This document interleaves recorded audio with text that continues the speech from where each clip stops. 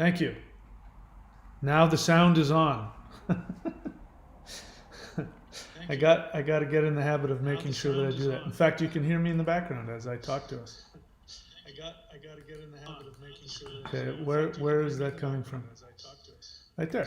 All right, there we go. Okay, let's try this again. So, what are the gods? Who made the gods? What's the whole point of that? Is it just that our ancestors, our cavemen ancestors, were just idiot monkeys who didn't understand lightning and rain and wind and clouds, sun and moon, so they created these gods to try and explain it? Or is there something else going on? What are your relationship to the gods? Did they create you? Did you create them? What the heck is going on with that? Why do polytheists, in fact, everybody in the world was a polytheist before the advent of Abrahamic monotheism, which is only 2,300 years old. People don't realize that. You think monotheism's been around for thousands and thousands of years? No. Monotheism was invented 2,300 years ago. Before that, every single culture in the world was polytheistic. It was also shamanic. So you are not blaspheming by wanting to understand what the gods are. Actually, trying to limit the gods into one almighty God is actually blasphemous. And I'll be explaining to you here where that came from. What are people really worshiping when people worship Jehovah? When they worship the one true God? Who are they really worshiping? Because they are worshiping something. That being does exist, but not in the way that you think. We'll talk about that. If I forget, ask me in the whatever you call it, in the question and answer, and I'll be happy to answer that for you. All right, so let us continue. So I've got to keep me on track, because I am a little tired. Been doing a lot of surfing, so I'm sleepy. In order to keep me on track, I have this cute little list here to keep me on target. So, first answer to the question, what are the gods? There's a difference between, there is a one God. So let me just say that some of you are scratching your head. What the hell? Did Mahadeva just say that? There is a one God that has created everything, controls everything, that is timeless, omnipotent, omniscient. And that God is you. It is your soul. Your soul, which resides here in your physical avatar, in this three-dimensional virtual reality that you have avatared into. Avatar means descended. You have descended into your physical avatar, your physical three-dimensional virtual reality meat sack. Your soul has avatared into that. And your soul is, in fact, what Abrahamic monotheism pretends to be. Your soul is God. It is the one all-powerful being that has created everything. You say, that's not, I know that's not true because I can't slam dunk a basketball. I can't fly. I can't, I've got, whatever your issues are. You've got money problems, health problems, relationship problems. If I were this almighty God, then why would poor starving babies be born in third world countries? You're asking me these questions.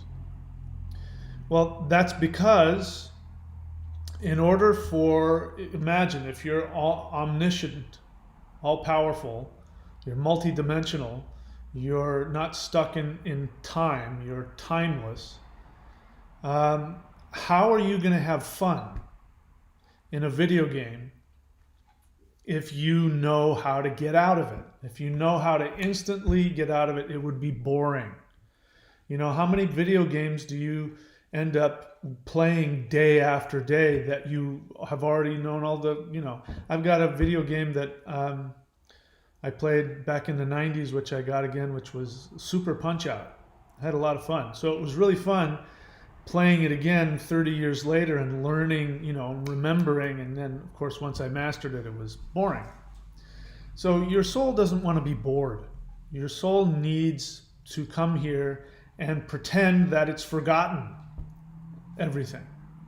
So yeah, you start at nothing. Just like in all those games, you go out in the forest and you chop down a bunch of trees, or you kill a bunch of wild boars or whatever it is to get the points up, and then you get the things and you do that and you fight that and you beat that, and it's fun because it's a challenge.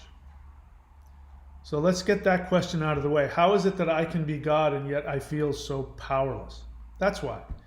Because you've chosen, while you're interfacing with this brain, with this body, and the three selves within this body, you've chosen to forget and to learn. But the good news is that there is a fast track. There is a hack to this game, and that is starting with the correct assumptions.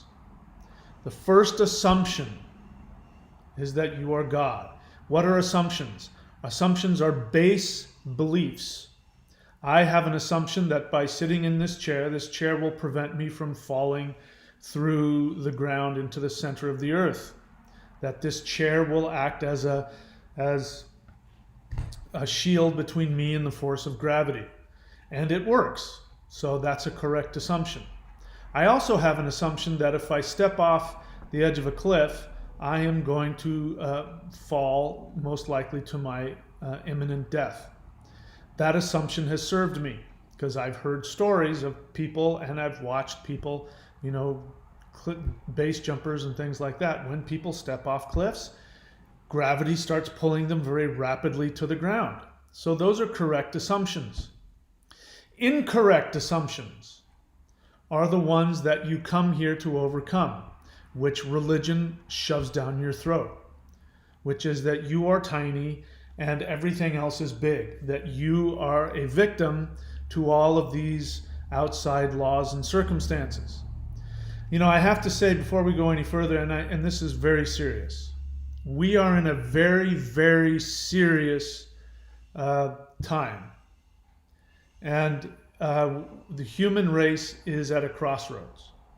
And we are either going to head into a serious Dark Ages, Middle Ages type of, you know, craziness, or we are going to rise above and ascend to another level, to our true essence, and the world can come closer to a utopia. But when humans go through changes, when we start to evolve, the human being part of us and human culture, so the collective unconscious of the world is in a crisis right now. And this isn't just coming from me, this is also coming from psychologists. Just take the United States, for example. I don't know what it is in the rest of the world, but it's probably fairly similar. The United States is dealing with such a traumatic psychological state, which is why half of the population, almost half of the population, does not know who won the election. Why almost half of the population does not know how to objectively figure out the truth. And that there isn't objective truth anymore. And so according to psychologists, about 40% of the United States is suffering some kind of psychotic break.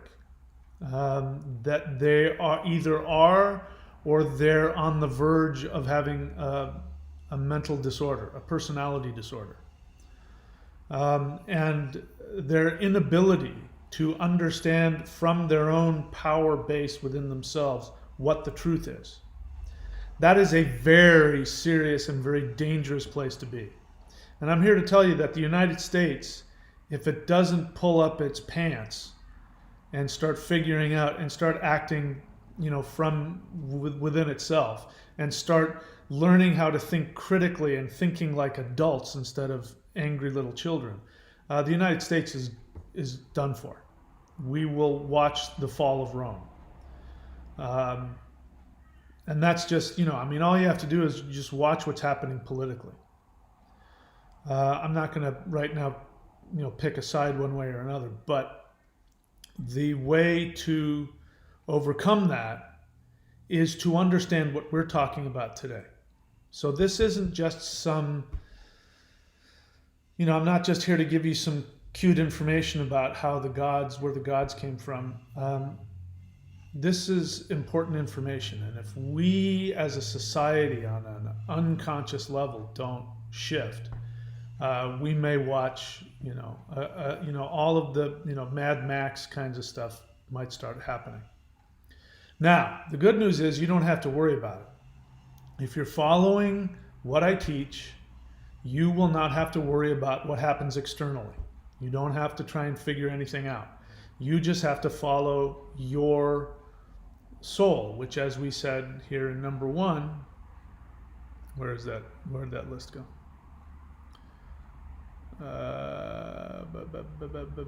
Sorry, there it is. So you are God. Once you understand that, that is your base assumption. That is a correct assumption. Assumptions determine your actions.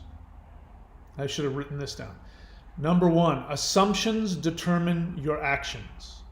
Your actions determine your results in life. If you have a crappy life, it is because you are taking ineffective actions which are based on inaccurate assumptions.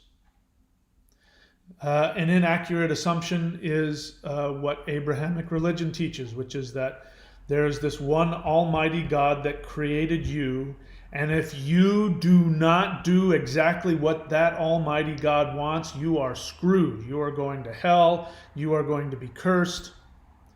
Another inaccurate assumption of Abrahamic religion is that you must wait to know what God's will is. People ask this all the time, and they ask it in a lot of different ways. A religious person will say, I just want to know what God's will for me is. Christians do this all the time. The way that they convert people, they'll say, God has a plan for you. That appeals to the assumption that you're this little tiny nobody that has no power, and as long as something out there sees you and loves you and has a plan for you, you'll be okay. But if God doesn't have a plan for you, then you have to scramble around like a cockroach, avoiding, all of these giant feet that are coming down trying to stamp you. So that's an inaccurate assumption that God has a plan for you. An accurate assumption, if you are God, it means that your soul has a plan for you. So that part is true. If you turn it around from God has a plan for you to your soul has a plan. Now, when you here again, if we use the Abrahamic religion, the Abrahamic religion, that God is really full of himself, and he doesn't apologize for that. He says, I created the universe for my pleasure. I created humans for my pleasure. Bow down to me and worship me because it pleases me. And if you please me, I will bless you. And if you do what I want, I will tell you what my will for you is. Now, I remember being a Christian, and God's will for you could be that you suffer horrifically, that God sends you to some third world country to, proselytize. You don't know what God's will. It might not be what you want, but you have to do it because you have to please God, because if you don't, and if you take that same understanding and turn it around into a more healthy perspective, your soul is God, which means that your soul, when it makes a command, the entire universe must obey it. Your soul is here for its own pleasure, for its own glory, for its own amusement. And so if that's the case, then if you line up with your soul, then the universe and this earth and this three-dimensional Maya will line up to, and I'm not kidding you about this, I couldn't emphasize this more.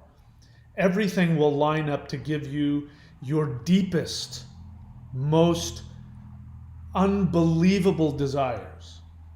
The more that I practice what it is that I teach you, and the more that I go through the challenges associated with it, the more amazing this three-dimensional hologram becomes. I mean, I'm starting to experience things I never thought I could. Even, I didn't think it could get better. It's continuing to get better.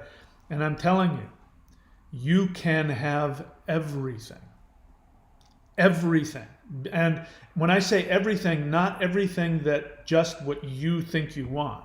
Because what your soul wants is much greater than what your brain can comprehend. So the real fun part about it is that if you are able to get connected to what you can be conscious of what your soul wants, if you can do that, you think you know what you're going to get. But when the real thing that your soul wants starts to happen, you're like, oh my God, I never even imagined this. This is better than anything I could have come up with up here. All right, so you have to have the correct assumptions, and the first one is that you are God. Now, here's a good thing to understand. First, let me repeat what I said earlier because it's really good. You have to have the correct assumptions. Assumptions determine your actions. Your actions, not your thoughts, not your feelings. Your actions determine what the universe gives you.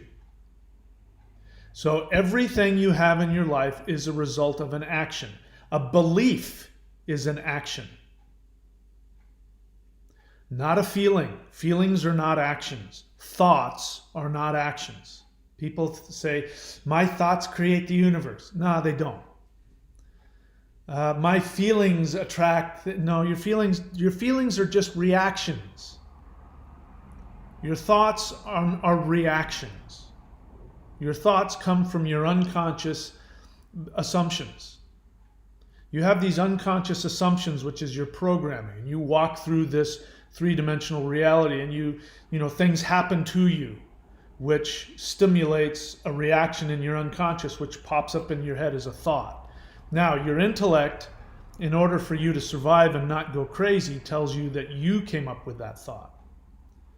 That you consciously thought to yourself, blah, blah, blah, blah, blah, blah.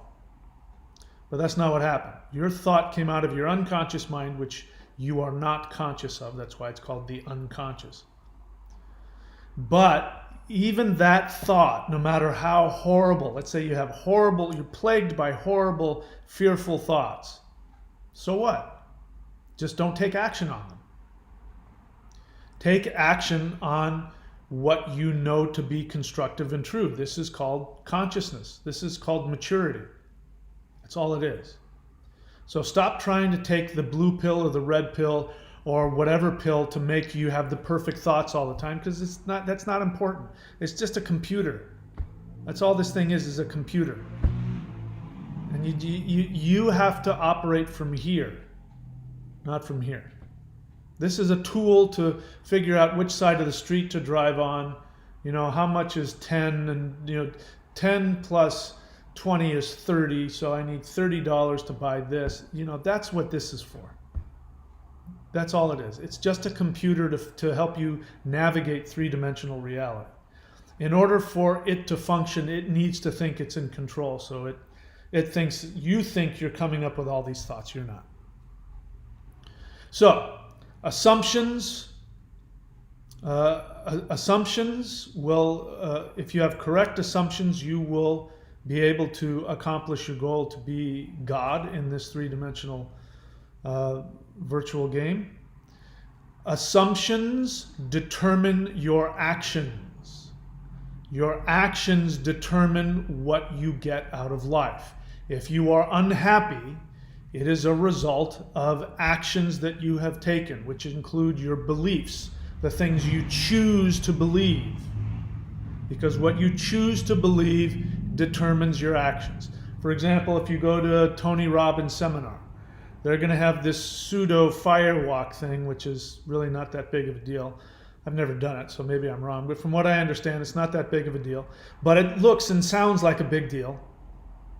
And you're looking at these hot coals and you say to yourself, this is really, I can't possibly do this. You know, people don't really walk, they just they run across it, all of that. And so Tony Robbins says, no, you can do it. I promise you, you can do it.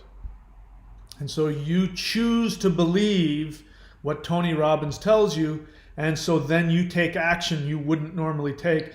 And before you know it, you're on the other side of the hot coals, and yeah, you can feel the bottoms of your feet, but you didn't burn yourself, and whatever it is, or you chewed a piece of glass, or whatever it was that was supposed to be impossible, but you pulled it off, when in reality it's not all that impossible, it just seems impossible. But the point of this is that you chose to believe something that you didn't feel was true. You took action on it anyway, and you got a result. And the result was you had this rush of endorphins that made you feel more powerful than you were just a second ago. So assumptions determine your actions, and your actions determine what you get from reality. Now, if you say to me, as I would have said to me 20 or 30 years ago, but Mahadeva, I am doing all of the right things and nothing is happening the way I want it to.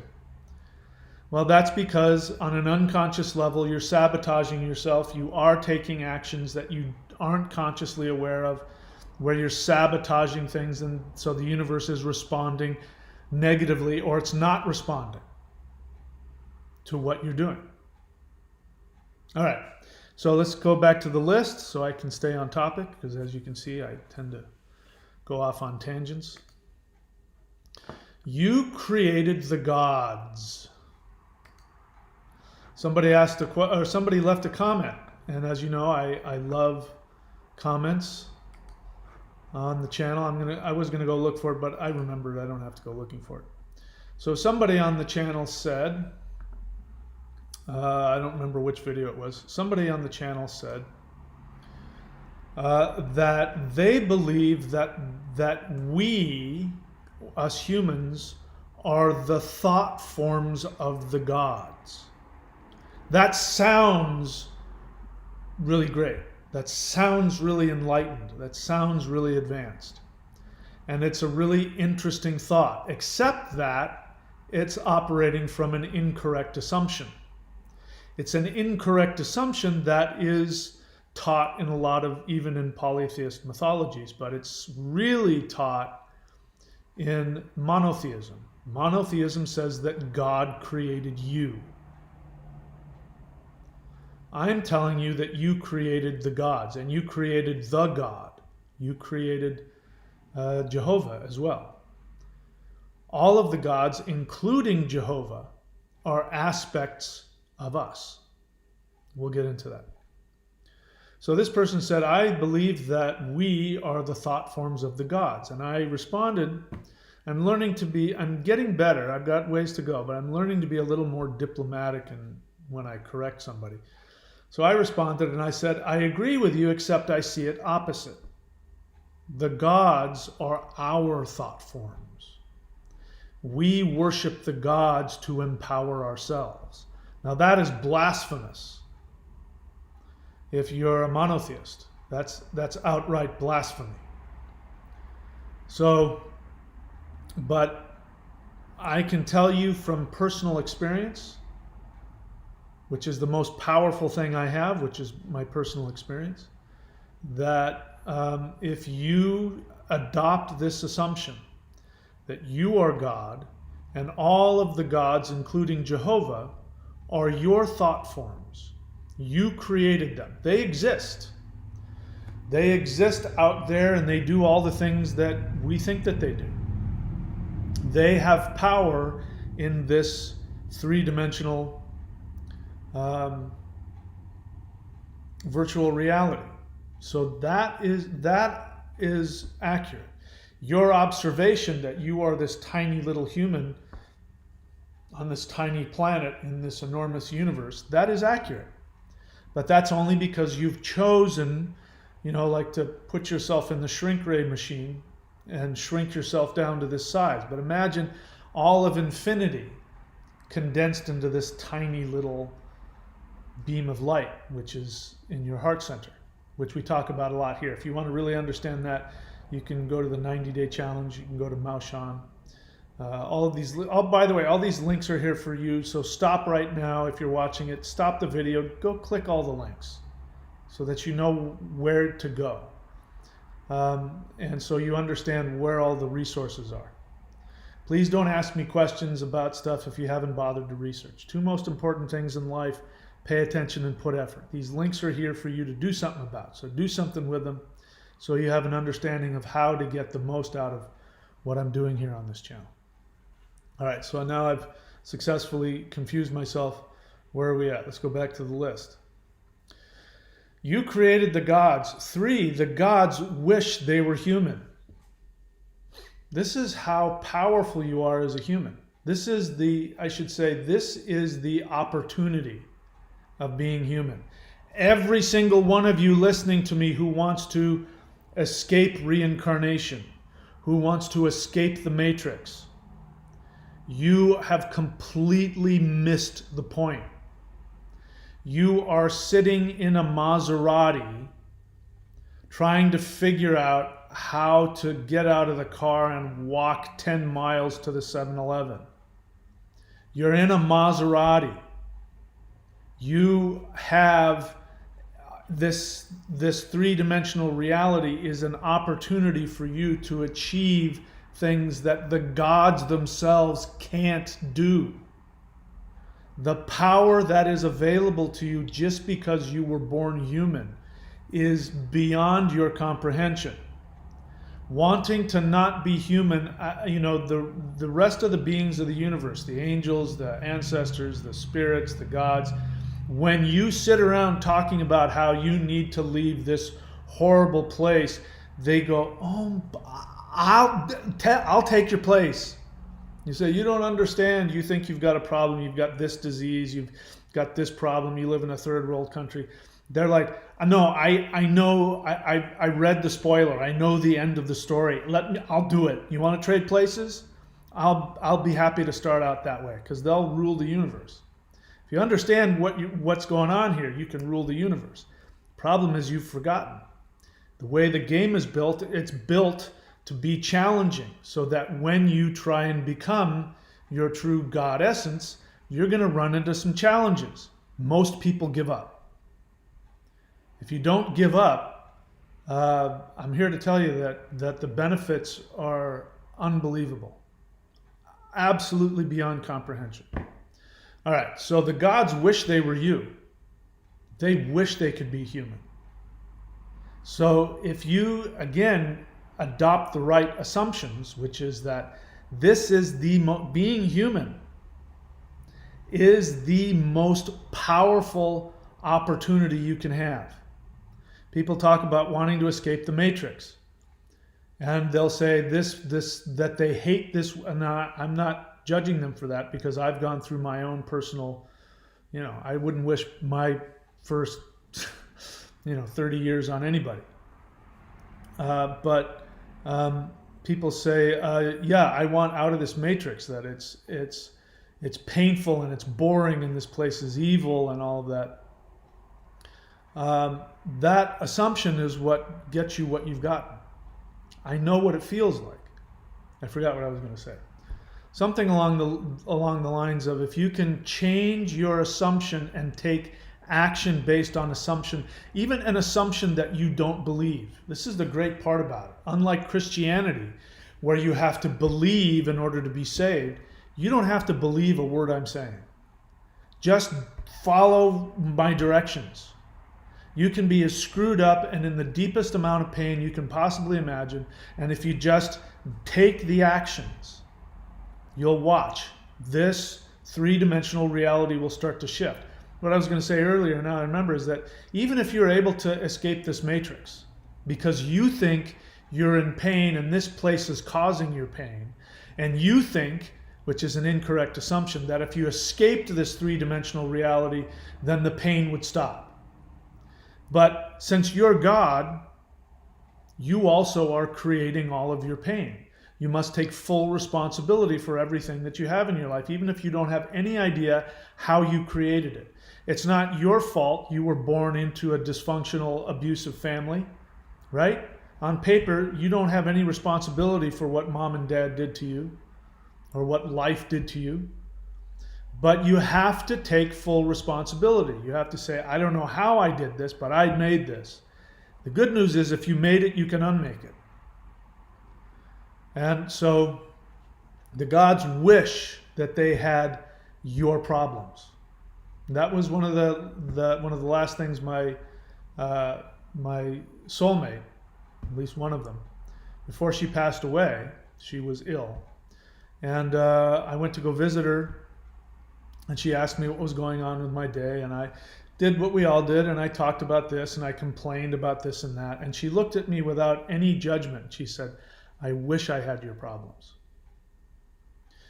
Your problems are nothing. They're nothing. You think they're something, but they're nothing. And if you take full responsibility for them, no matter how difficult or impossible they are, then you can operate from the assumption that if I created it, I can uncreate it. I don't know how I'm going to change all this, but I can do it. There is no limit. There is no limit to what God can accomplish in his own virtual reality video game. And that's you. All right, let's keep going. The gods wish they were human. 4. The gods are your spiritual energies. Pick a god. Odin. Odin, without a doubt, one of my favorite deities of all time. I get chills and I get emotional. What an amazing deity. Odin means, comes from the Germanic word. Let's see, where am I? Why aren't I able to chat here? Okay. Odin comes from the Germanic Wod N, which means shamanic ecstasy made of.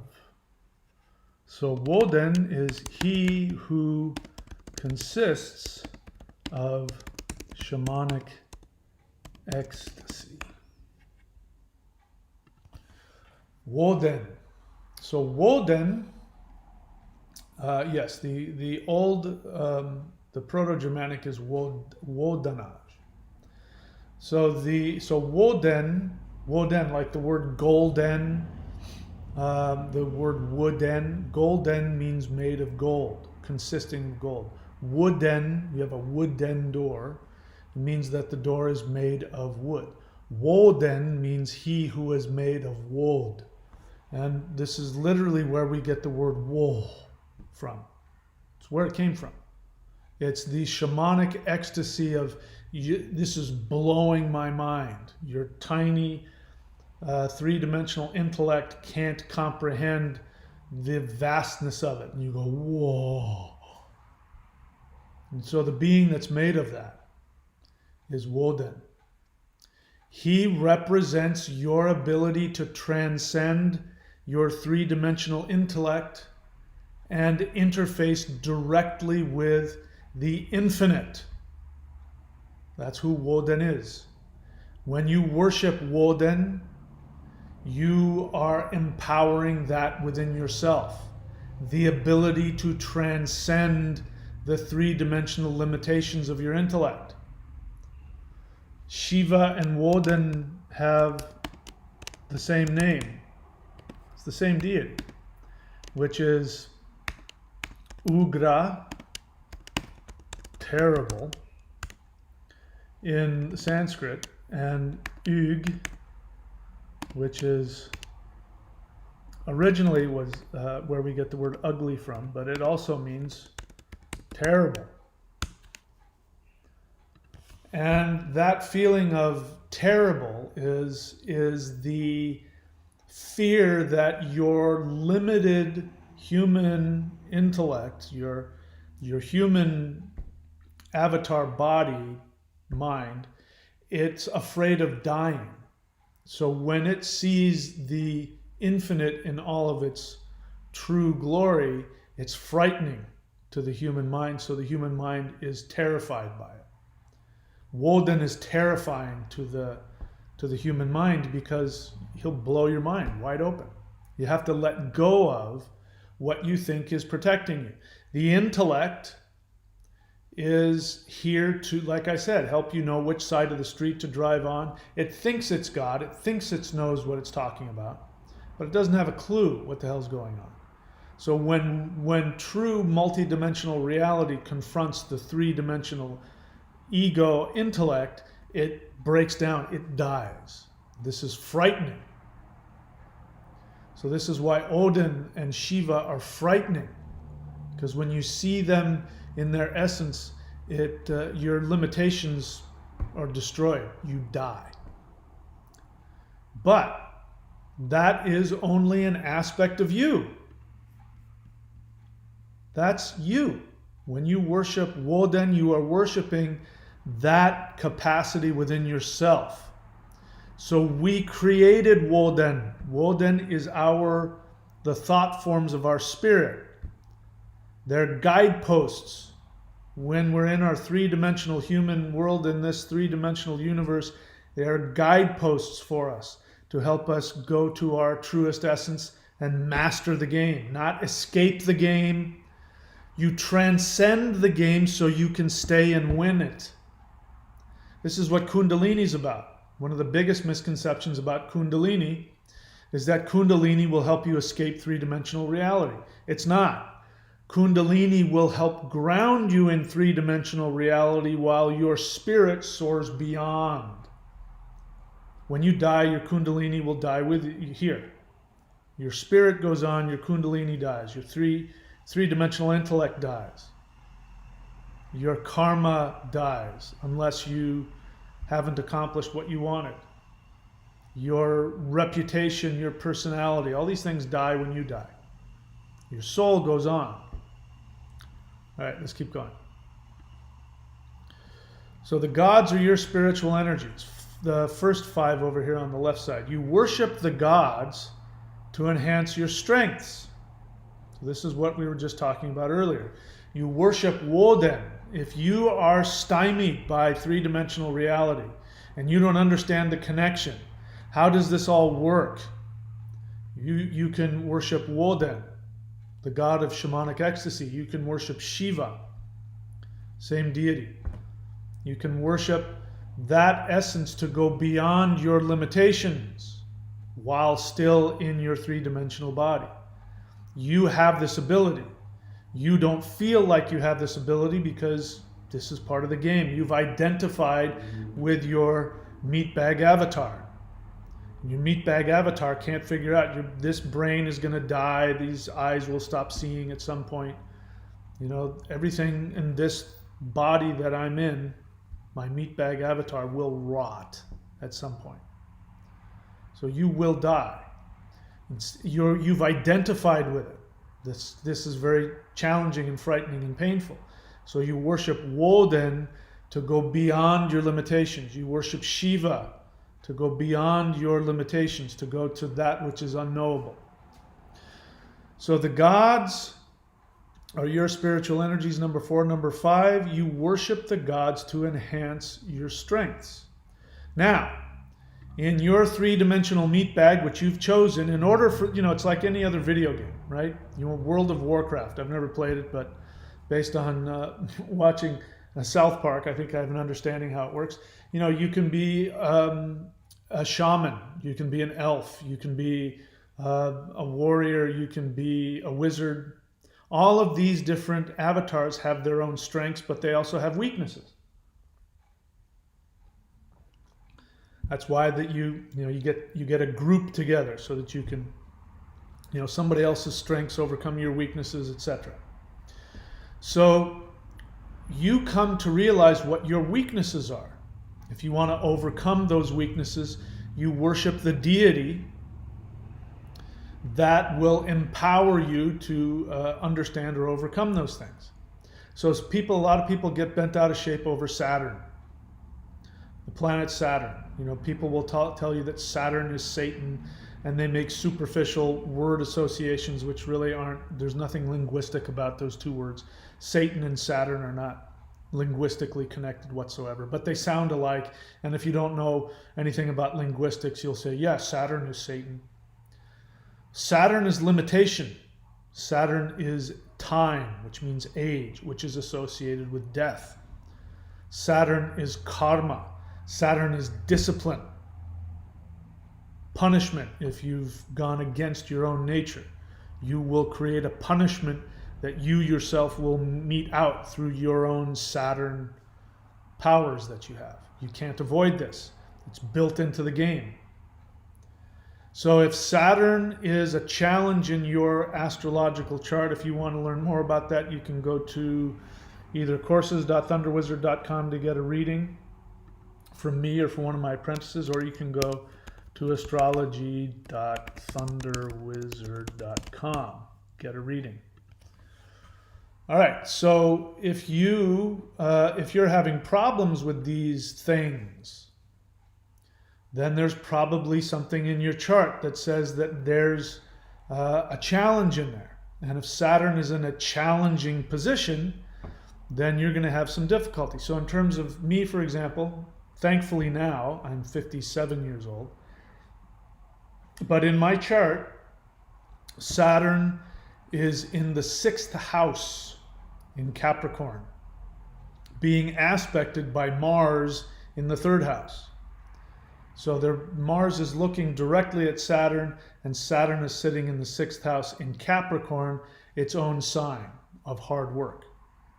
So what that means is that when you have challenging planets in your chart, it means that those planets are a challenge for you for the first half of your life, but in the second half of life, they become your allies.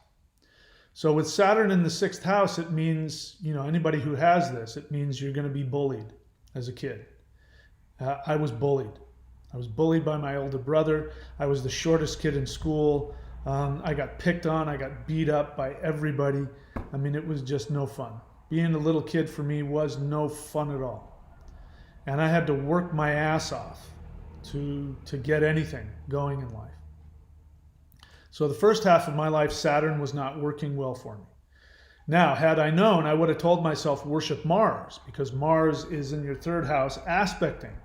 So by worshiping Mars, which happens to do with hard work, etc., which Saturn likes, Mars will stare harder, will stare down at Saturn, and Saturn will back off. So in my case, I would worship Mars to overcome the bad placement of Saturn.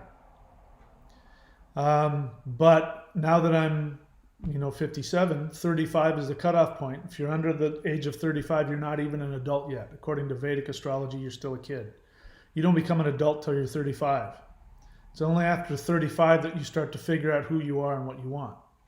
So if you're having troubles now and you understand what those challenging aspects are, you can worship those deities, or you can worship another deity which will put that deity in its place. For instance, Rahu the trickster, Pluto, the coyote teacher. If you are somebody who's been manipulated, you're easily, you fall into cults, you believe stuff that turns out not to be true. You've like me, a long time ago, you did multi-level marketing. You did get-rich-quick schemes that took all of your money away from you. So that means Rahu, the trickster, the north node of the moon, is playing with you so that you'll learn. But you don't know that. You just feel like everybody's out to lie to you and you can't trust anybody. So in order to put Rahu in its place, you would worship Jupiter. Jupiter's the teacher. And the teacher goes to things deep beyond words. And that's what puts Rahu in its place. This is why in the Norse mythology, when Loki starts to embarrass all of the gods, and he starts telling telling the world what all the gods are doing wrong and how their selfishness and all that. When Thor comes in, which is Jupiter, Thor comes into the hall, Loki shuts up because he starts to play games with Thor, and Thor says, "Shut the hell up or I'm going to smack you down." And Loki shuts up. Nobody else can get Loki to shut up, but Thor can shut him up in a second. Why? Because Jupiter is the planet that keeps Rahu, the trickster, in his place. So if you understand your weaknesses and your strengths, you can work on that.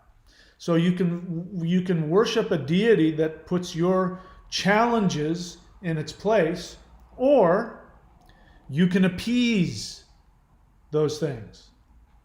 So for some people, people have to figure this out, especially with planets like Saturn and Rahu. But for some people, worshiping Saturn is the best thing they can do. Worshiping Saturn will give them discipline, will teach them hard work, will help them overcome their karma. Saturn is the judge. So if Saturn is sitting well in your chart, it means that it's like having the judge on your side. You're up in front of the judge, and the judge takes your side and says, "All right, you're my nephew, so I'm not going to convict you. I'm just going to give you, a few hours of public service, but talk to me later, and I'll give you some numbers of some good jobs out there," right? So if you have the judge in your back pocket, he's going to help you. He's the best friend you can have. So this is why you have to understand who the gods are, your strengths, your weaknesses. Then all of them, Saturn, Rahu, Thor, Loki, Shiva, Odin, Lakshmi, Freya, whomever. All of the gods and goddesses are aspects of yourself because you are the one God. That's right. So let's talk about who the one God is. Jehovah. Who's Jehovah? Right? Jehovah, Yahweh, right? I forget. I don't know what it is in Hebrew. But I am that I am. Thou shalt have no other gods before me. Jehovah is a real deity that exists, and you can worship Jehovah and you will get whatever you get from worshiping Jehovah. So what does Jehovah say? Jehovah appears to Moses, according to the Abrahamic tradition, which, by the way, none of that is accurate. All of the stuff in the Old Testament, none of it is historically accurate. None of what's written in the New Testament is historically accurate either. So please feel free to throw that all away. But you do get an understanding of who this deity is, Jehovah. I am that I am. When Jehovah appears before Moses, again, interesting that Jehovah needs Moses. Without Moses, Jehovah can't do anything. He needs a mouthpiece. You ever thought about that? If he's almighty, why does he need why does he need Moses to do his talking for? In any case, so he appears before Moses and he tells Moses very clearly, he says, "If you love me, you will follow every single one of my commands to the letter." Now, the opposite of that is, if you don't love me, you don't follow all of my commandments to the letter. That's not what Jehovah says. Jehovah says, if you love me, you will follow all of my commandments to the letter, and I will bless you. I will give you this, I'll give you money, I'll give you children, I'll give you health, blah, blah, blah, blah, blah. But if you do not follow all of my commandments to the letter, you hate me.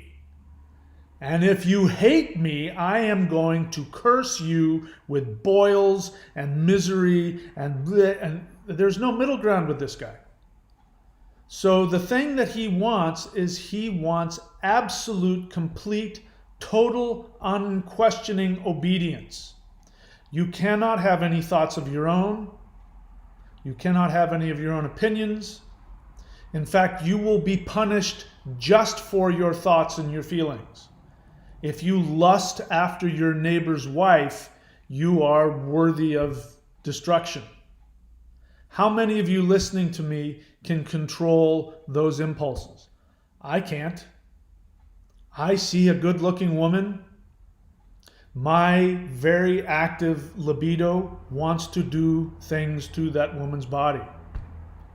Now, do I do that? No. Of course, I have to get to know her and get her permission first before I do such a thing. But I can't help the thought when it comes up.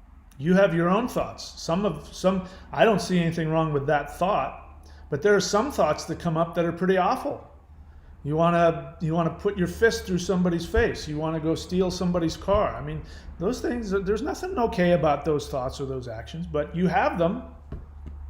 But according to Jehovah, you can't even think wrong. And the one thing you cannot do is have any negative feelings towards Jehovah. Because according to him, there's only two things you can do. You either love him or you hate him. There's no middle ground. The middle ground would be, well, I'm doing most of it. I'm doing my best. But I have some issues. I have some questions about God. No, you hate him. You hate him, you deserve death. Now, who talks like that? People who suffer from, you can go look it up. You'll learn a lot about about Jehovah. This is somebody who suffers from narcissistic personality disorder. This is the mindset of serial killers. The reason why serial killers kill is because they have a Jehovah mindset.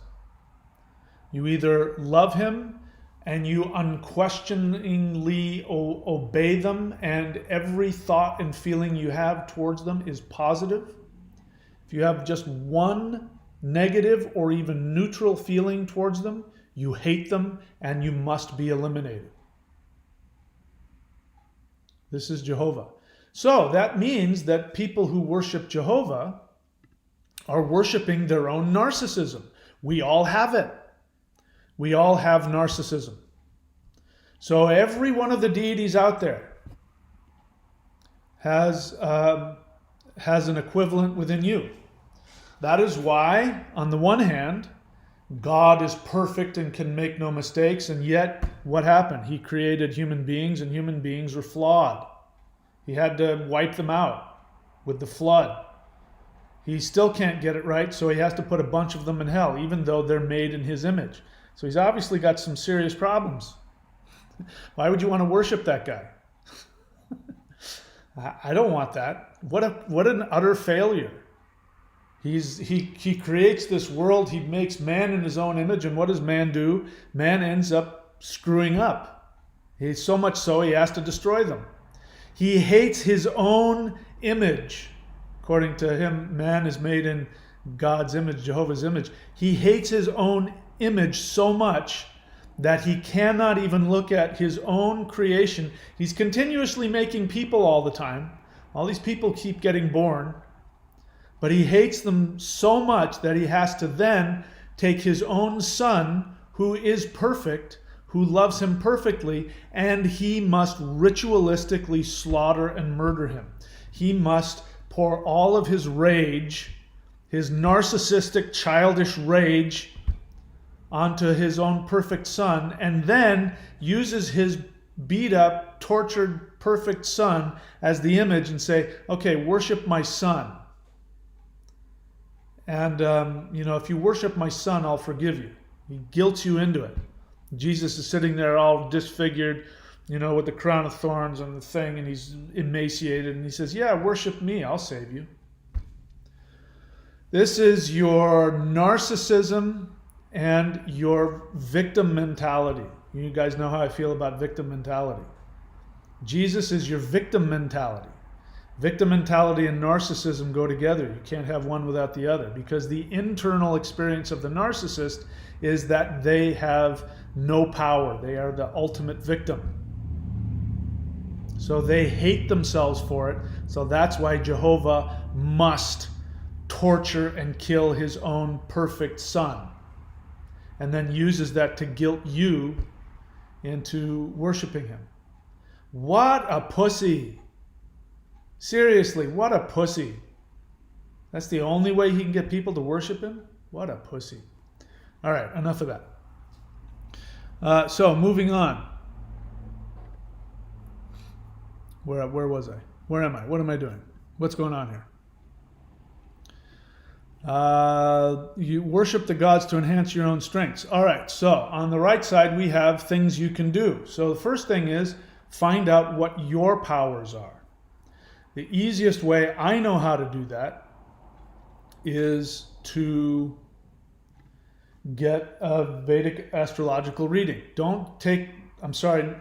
Western astrology, the basic astrology you have when you open up the newspaper or you type in that your sun sign is actually off. It's off by 24 degrees. So don't use that. Sorry, it's not an either or thing. My experience with Western astrology is that it's just outright. I mean, it's an inaccurate computation of the sky. Get a Vedic astrological reading. I personally don't have time to do Vedic readings. I will do them, but find somebody who can give you a Vedic reading. Then you'll find out what your strengths are. You'll find out what your powers are.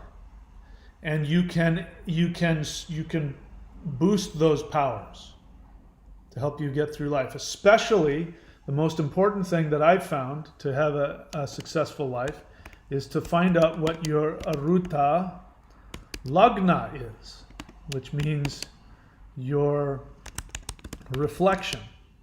This is really important. Well, that's not how that's spelled. Your reflection, because you, who you think you are, most people say, I just want somebody to love me for who I am. But the world doesn't do that. The world doesn't love you for who you are.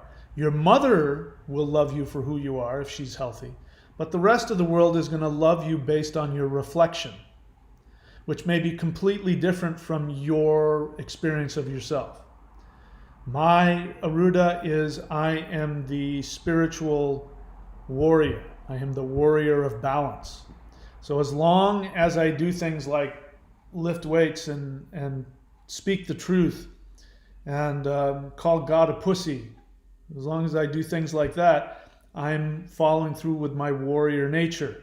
I say these things to bring balance and healing to you. So that's my Aruda. That's not my essence of who I am. If people, those of you who work with me one-on-one, you see a very different person. I'm much more compassionate and patient than I am here because I'm in my full Aruda mode. But this is what brings me money. This is what gives me success. So if you know what your Aruda is, you know what your strength is, even if you don't understand it or feel it. And that's one of the most important things to learn. It's not about what you feel. You live in this three-dimensional video game which operates based on your actions. Not on your feelings, but on your actions. Having said that, in order to be conscious, you must have all of your thoughts and feelings. So there's the part of the fun of the game. You must have all of your thoughts and feelings. You must experience all of your thoughts and feelings and impulses, no matter how painful. You must have them. You must experience them. You must own them. And then you must take conscious action, deliberate conscious action towards what you know is best. And then the universe responds because you created it. You created the universe to respond to you only when you are operating from your highest spiritual essence. So if you want to figure out how to get the universe to do what you want, you got to figure out who you are. You've got to be willing to stop just existing here. Those of you who smoke weed all day, those of you who take hallucinogens, and you think you're having a spiritual experience, you're just getting stuck up here. You ever notice that when you smoke weed, you get this feeling like your head expands and you feel like you just have such deep thoughts? Here's something to do. Next time you and your friends are going to smoke weed, you decide not to smoke, watch them, and then listen to what they talk about. You'll find out that when they think they're being really deep, they're complete morons. They don't have a clue what the hell they're talking about.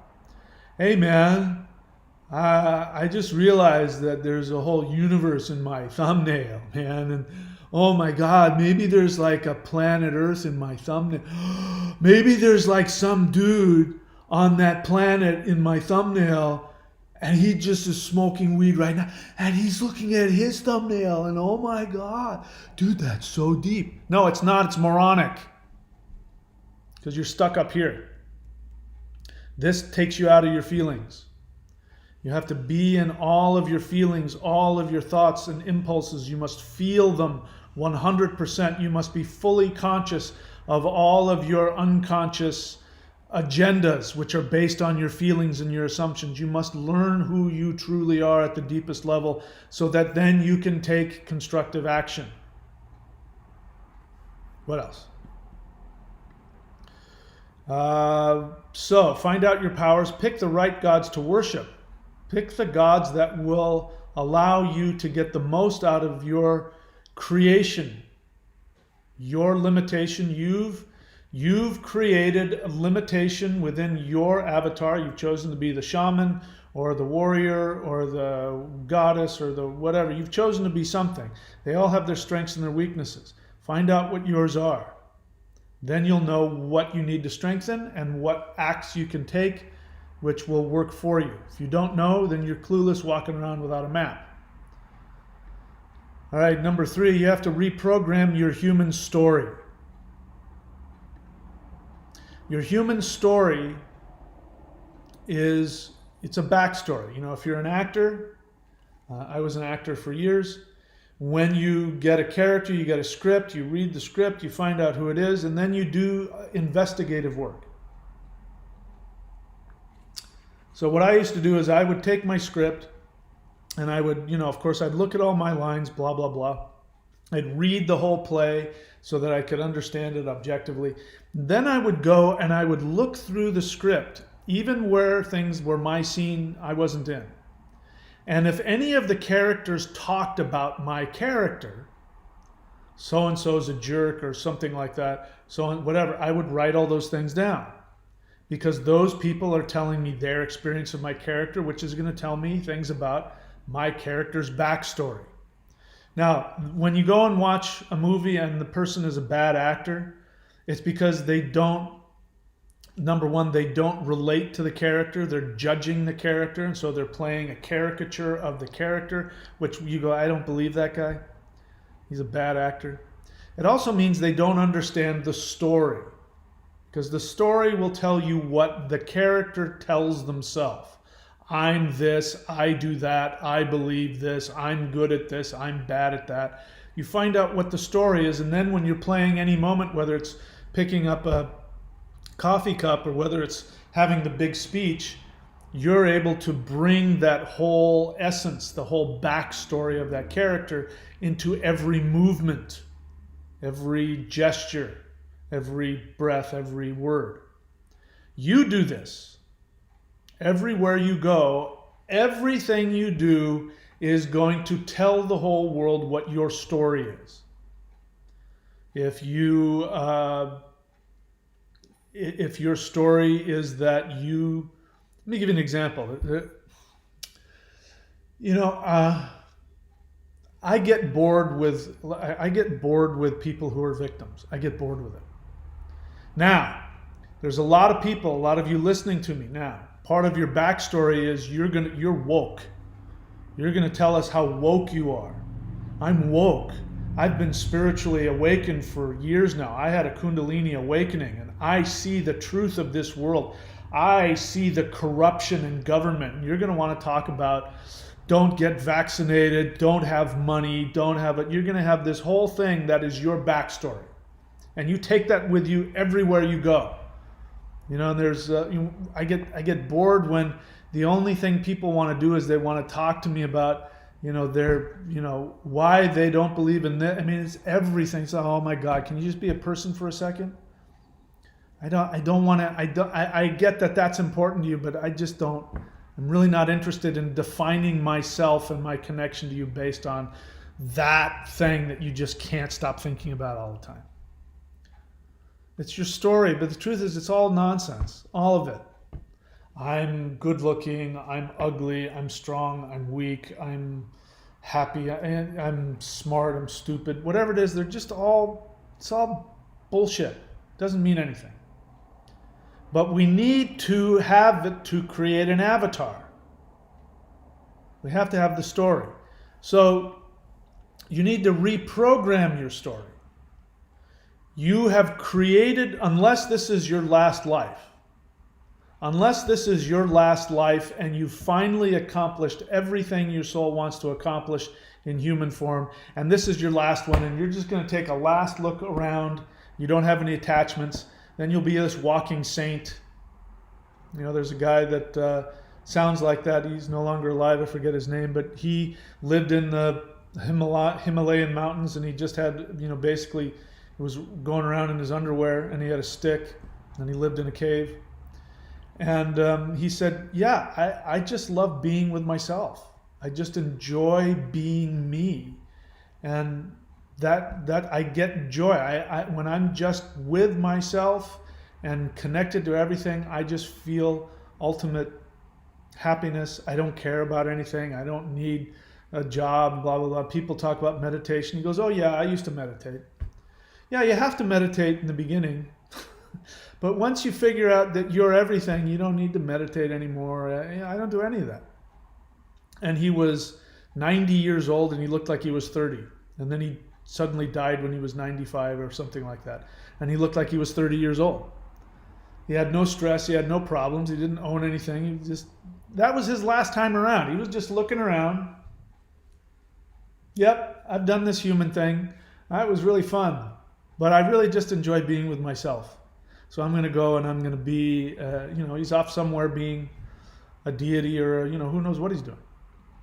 Unless that's your life, which is not mine.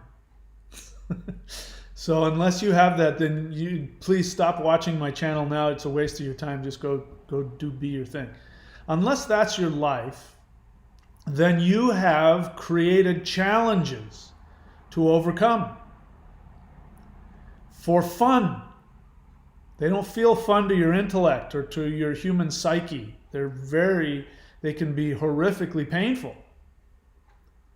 And you have to transcend that by feeling it and then taking appropriate actions.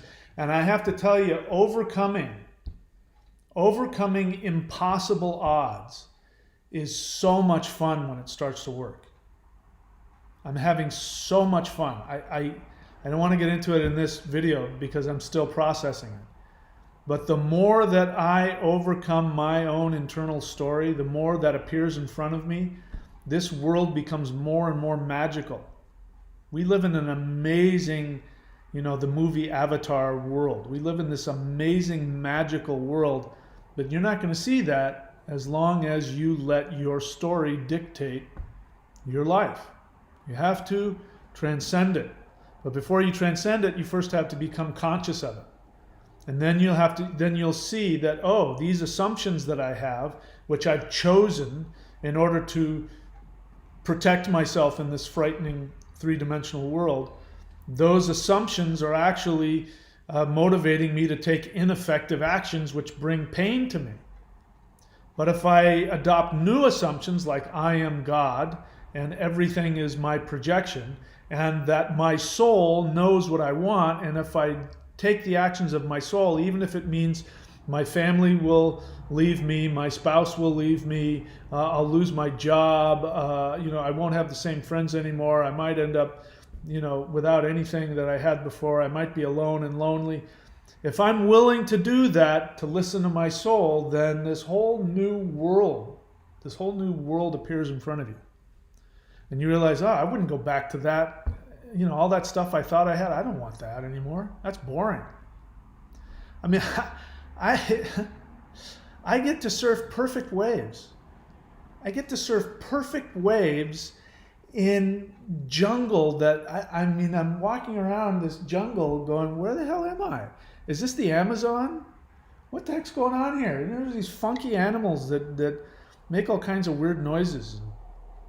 And there's all these, I'm walking around everywhere. There's just these really happy, healthy people. There's the most beautiful women I've ever seen, the happiest babies in the world, and everybody's half naked. And I just walk down the path through the jungle and surf perfect waves, and everybody out there is friendly.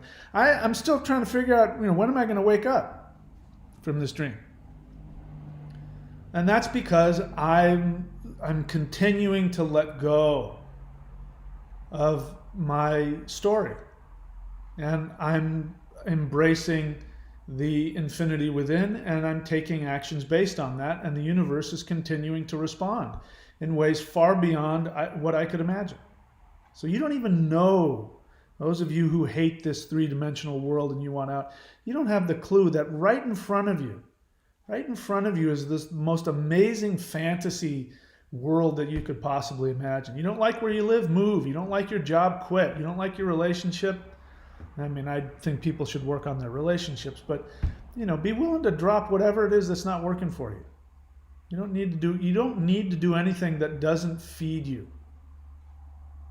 All right, let's keep going. So, reprogram your human story. 4, understand that everything is your projection. Everything is your projection. I am your projection. I am in your world because you've projected me into it. How you choose to respond to that is up to you. If you choose to get your feelings hurt because I pulled your covers because you wrote something on the question and answer and I psychoanalyzed you in front of the whole world and you don't like it, you can choose to react however you want to react. If you're watching this, there's a good chance that you internally, your soul,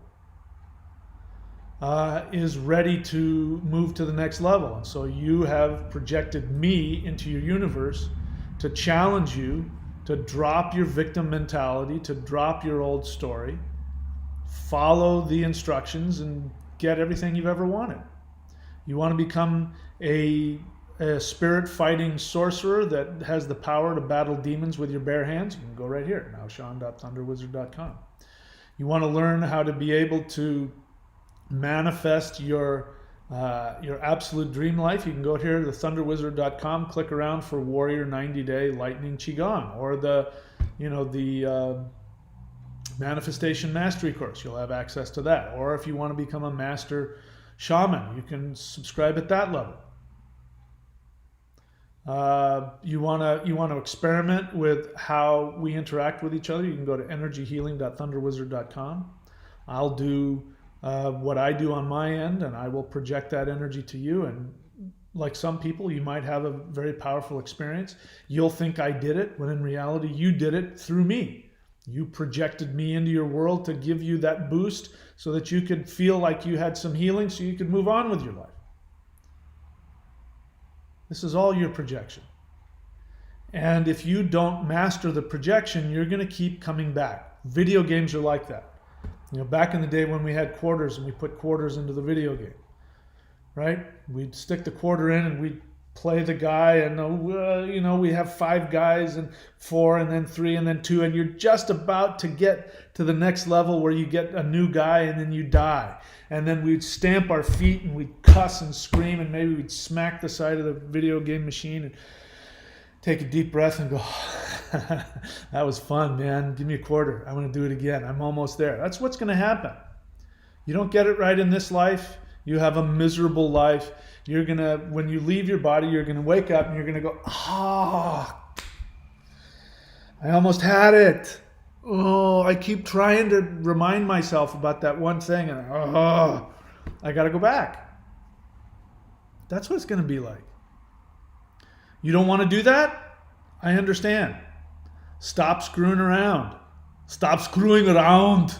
Come on. What's wrong with you? Do not give up. Those who die in battle go to Valhalla, meaning those who are willing to die for what their soul wants, who do not give up. Those are the people that go to Valhalla. I'm 57 years old. I'm finally, for the first time in my life, I've now gone beyond all of my human expectations, and I am living. I can't, and I'm just on the beginning of what's going to explode into something huge. I didn't give up. I remember I've taught this story before.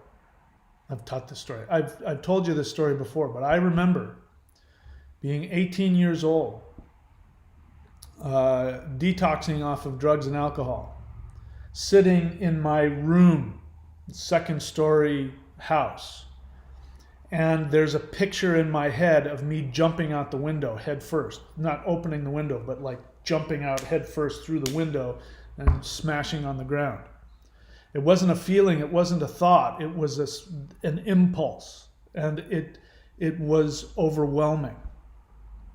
I didn't know anything about anything, and I had a little clock next to me with the hand, tick, tick, tick, tick, and all I could do was look at that clock and go, I'm going to go 10 seconds and I'm not going to jump out that window. And I'd watch, tick, tick, tick, tick. And then I'd get to the 10 seconds and I'd go, okay, I went 10 seconds and I didn't jump out the window. I'm going to go another 10 seconds and I won't jump out that window.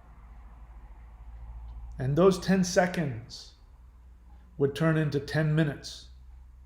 Those 10 minutes would turn into half an hour. Half an hour would turn into an hour. Those hours would turn into days. And sure enough, if I just didn't follow that impulse, or if I did the opposite. This is why when you go to train with a master, I mean, you barely find these people anymore. But if you go train with Qigong or a Kung Fu master and you walk in and you say, Sifu, I want to learn Kung Fu. He goes, great, go stand in the corner on one foot like this. And when you say, for how long? He says, until I tell you to stop.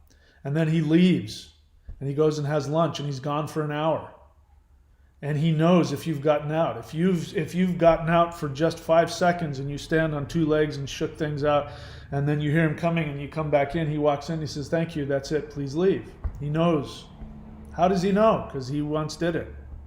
He knows what your body's going to look like.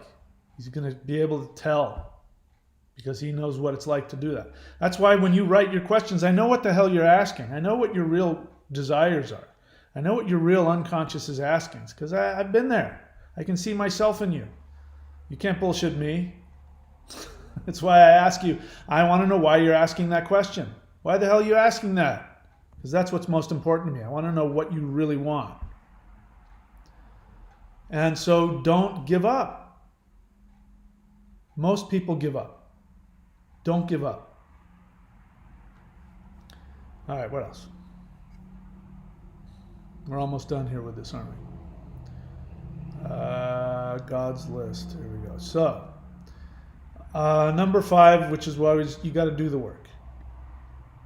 The 2 most important things in life.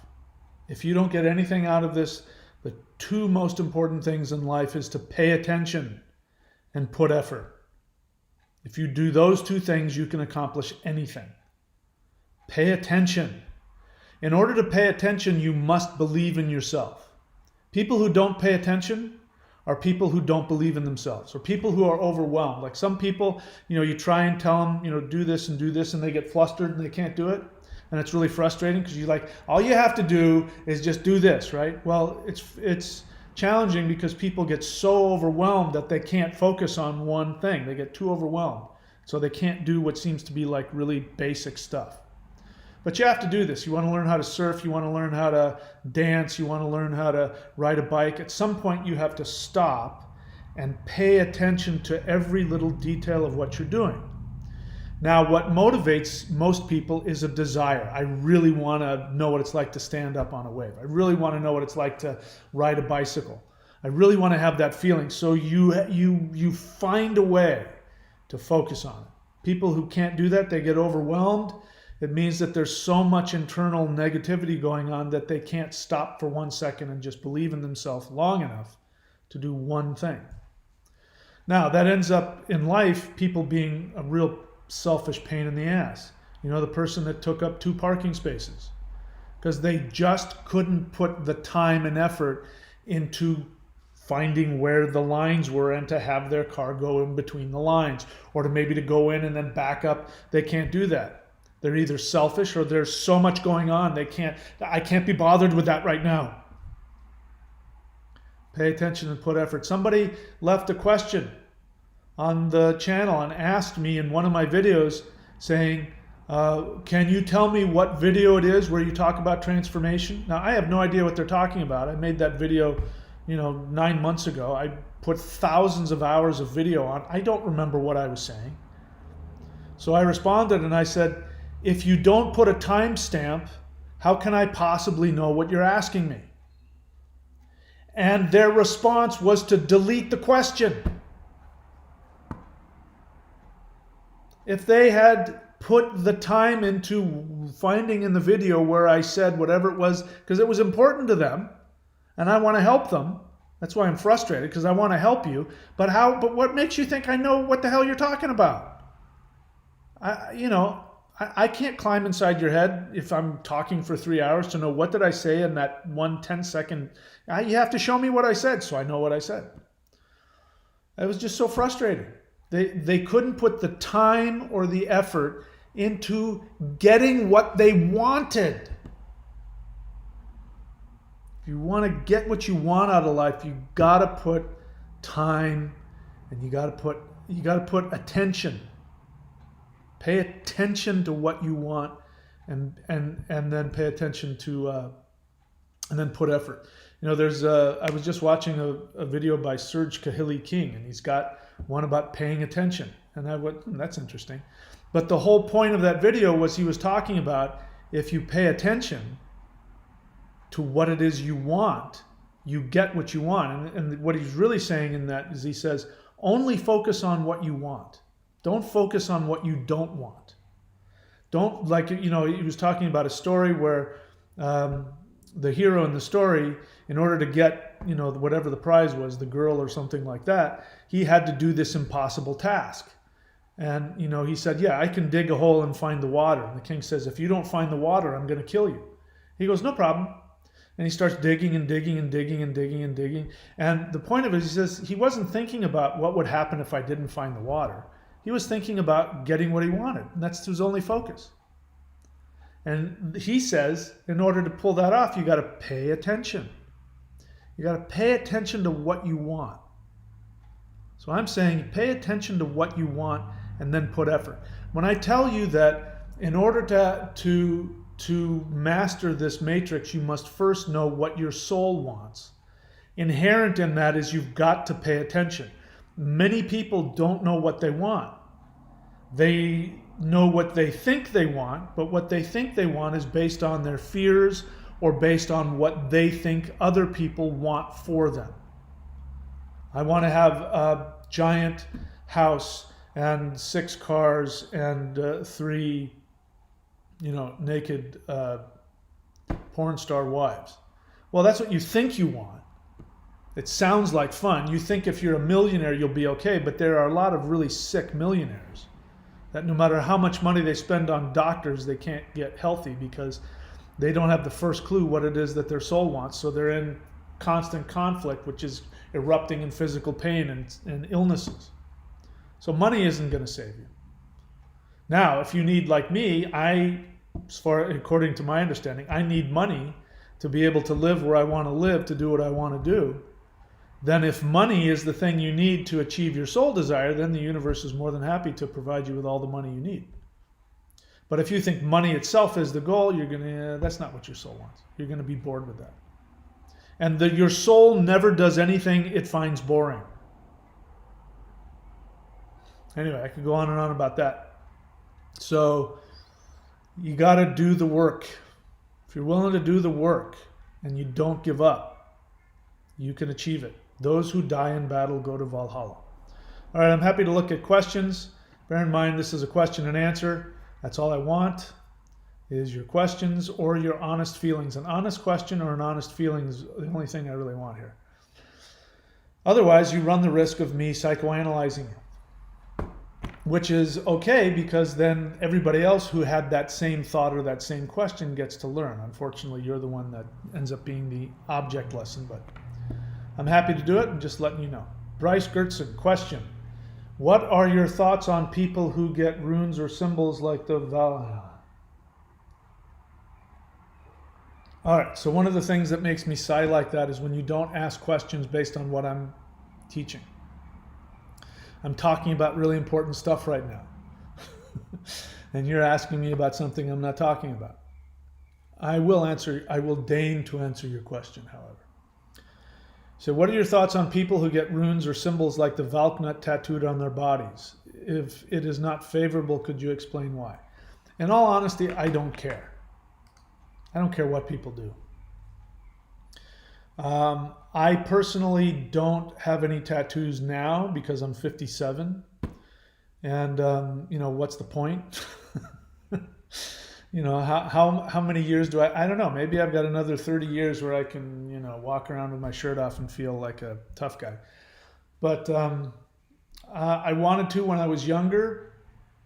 But I didn't because I was an actor, and back then, if you wanted to get acting roles, you needed to not have tattoos. I've played actors played roles where they put tattoos on me and all that. So I liked the idea for a long time, and then I dated my soulmate, who was a very sensual person, and she said, no, I don't want to see anything. I just want to see your skin. I don't want to get distracted. The truth is, I would say 98% of tattoos are ugly. I don't know why people do it. I mean, I know why they do it, but, especially like the ones on the side of your neck, and it's just from, if you're not right there with a microscope, it just looks like this black, this gray, it just looks like you've been rolling around in the mud. It doesn't look good, especially the more you have. So for me, less is more. If I were to get a tattoo, I would get tattoos that you could see. They wouldn't be so covered over. People getting rune tattoos, tattoos are the thing. Everybody does it. It's like, it's just the cool thing to do. And if I were to get a tattoo, it would be because it really meant something to me. Back in the day, the Otzi, I don't know if you know who he is, the guy who was found in the Swiss mountains. He was a 3,000-year-old, guy that got trapped in a snowstorm and died. And he had tattoos on his body, but it turns out those tattoos were in acupuncture points. So they had some spiritual, energetic significance. They meant something. When you get a tattoo in a lot of cultures, it's because you've gone through some kind of spirit quest ritual. You've done some amazingly challenging, difficult thing, and you've earned it. People haven't earned it. And people, cover their whole sleeve and their whole body. It's just, it loses its meaning. I now am unique because I'm, one of those people that doesn't have any tattoos. So what are my thoughts? I personally don't care. I think for the most part, it's superficial and egotistical. That's just my own judgment on it. But if I were to get runes tattooed onto me, I would be damn sure that I had really thought it through. It wasn't just, what kind of tattoo should I get? I'll get this cute rune. I would have really thought it through. and I would have come to the conclusion that this one rune is the most important rune, and in fact, I need this power, this deity, because runes are deities. I need this deity in me all the time. The guys, the racists that go and put, the filfot, the swastika, or they put a Thor's hammer, and they're doing it for racial reasons. What they don't understand is that that tattoo is about racial equality. The Thor's hammer, the swastika, the reason why racists use them is because on an unconscious level, they are begging the universe to slap them back into reality. They are asking to be taught lessons about the equality of all people, because Thor is the protector of the human race. The human race. Every single white person out there, 30,000 years ago, your direct ancestors, especially if you came from Northwestern Europe, had very dark skin. Your ancestors 50,000 years ago were walking across the Sahara up into the Northern Hemisphere, and they sure as hell didn't look like you, but they're your direct ancestors. Those are the people who brought the understanding of the thunder god who protects humans, all humans, from what? From the giants. And who are the giants? The giants are those that want to destroy your boundaries. Racists who want to attack people or exclude people based on superficial things are people who do not respect other human beings' boundaries, and you will be cursed for that. And whenever they put the swastika, or they put the Thor's hammer, or they put the Othal rune, or whatever it is, the Valknut, or whatever they think is associated to their race, they don't understand that when you put that on, Thor looks at you and says, you want to protect the human race. And then you go and act contrary to that. What do you think happens? Thor goes, do I have a lesson for you? It may not come today, it may not come tomorrow, may not even come in this lifetime. But trust me, next time around, you're going to wake up and you're going to be that person who's getting fucked over because you're the wrong color. And you've guaranteed it because you put it on your body. Thor now sees it. So another reason I won't put runes on my body is because who am I to say that I've mastered that concept? I don't have that kind of amazing, that's just hubris. I don't have that kind of hubris. When I chant the runes, now I'm not like everybody else, so I don't know what it's like for other people. But if you go to here to thunderwizard.com and you take just at the basic level of subscription, if you take my rune course, I go through the runes one by one. But every time that I spent an hour talking about one rune, I had to live that rune for the week. It wasn't my choice. That rune came to life, and I had to learn all of the lessons, and it was empowering, but it was also really, like if you get to the Yuhuaj rune, you get to the Hagalaj rune, or you get to the Nauthiz rune, you're going to have to experience the lessons of those runes. And if you're not ready for that, then don't do it. You have to respect these things. And, people just throw whatever the hell on their body, and there's really not a whole lot of thought or respect around it. They just want to look good. If you're putting a rune because you want to know what other people think of you when they see you, then just get a cute little design. Don't put a rune on there. When it comes to mantra, when a teacher gives you a mantra, you're not supposed to tell people the mantra or the deity that you're worshiping, because then your ego's involved. The moment you walk up and you say, yes, I'm worshiping the Triambakam mantra and I'm worshiping Shiva, then your ego's involved, and every time you chant it, you're going to be thinking about what other people think about you. The whole idea is that this is a personal thing between you and the deity and the universe. Runes are like that. You start plastering them all over your body. Can't wait to go to the beach to show somebody your Othal rune on your bicep. Kind of ruins it. So I'm not here to tell people what to do. I could care less what you do. You know what your reasons are. You ask my opinion, that's it. That's why I don't have any tattoos. Question. Royal says, is there a difference between worshiping and paying homage? I don't think so. It's just a fancy word of worshiping. Worshiping, if we take the word worship, worship is actually worth, the Old English, I believe, is worth-ship. So you're finding the worth in the deity. If what I'm saying is accurate, what you're doing is you're finding the worth within yourself by worshiping that deity. What is paying homage? I mean, it's just a word. So for me, no, there's no difference there.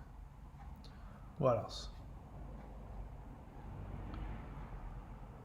Looking for the questions here. Ed the Wave question. I got a Vedic reading from one of your astrologers and I'm still learning so much from that one reading. How do I best live my Aruda as Cancer in 11th house with Sun? So first off, that should be asked to your astrologer, not to me, because I didn't do the reading. I didn't see everything else. I didn't see all of the planetary aspects or what. I didn't see your D9 chart or any of those things. So it's disrespectful to your astrologer, is what I'm trying to say. Don't ask me. Ask them. They're the ones that was channeling, the gods to help you with that. The 11th house is the house of. I can't even, I'm trying to do it and I just can't, my insides are saying I can't. So talk to your astrologer, don't talk to me. Sorry about that. What else? Looking for the questions, that's really all I care about. I saw somebody, all right, so Lilisland Zex. Here's one thing we don't do in this channel.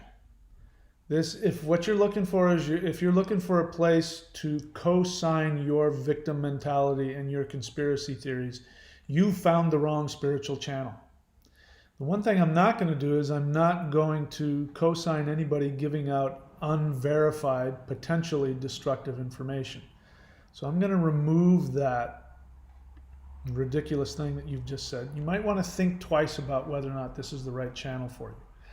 Do you want to live in a world where people have the kind of power that you believe? That people have the kind of power where they can put a microchip in you?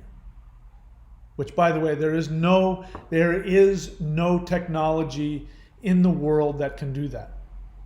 They put it into pets, but they're big. You're talking about something the size of a drop of water. There's no science on the planet that can do that. I'm going to make a guess. You're not a scientist, right?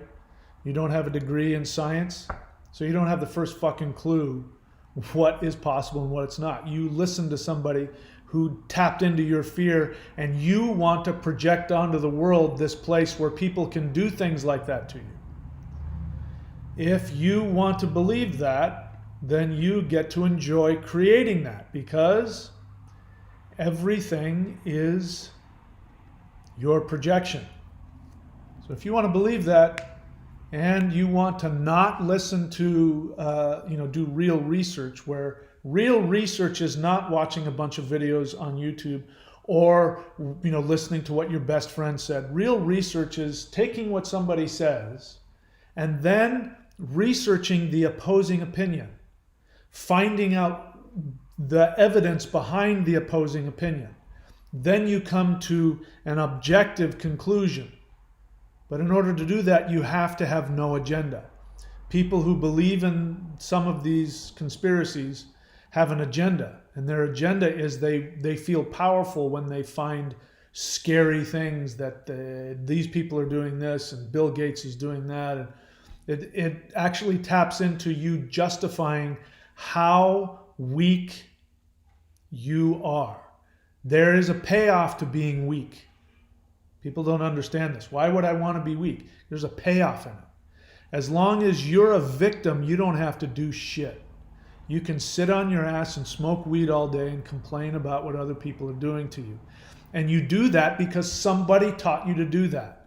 Your parents or somebody went off, and in order to be like them, to be accepted by your woke friends or whatever, you're going to adopt whatever is necessary to get people's love and approval. Even if that means that you live in shit and you're miserable. There's a payoff to being a victim.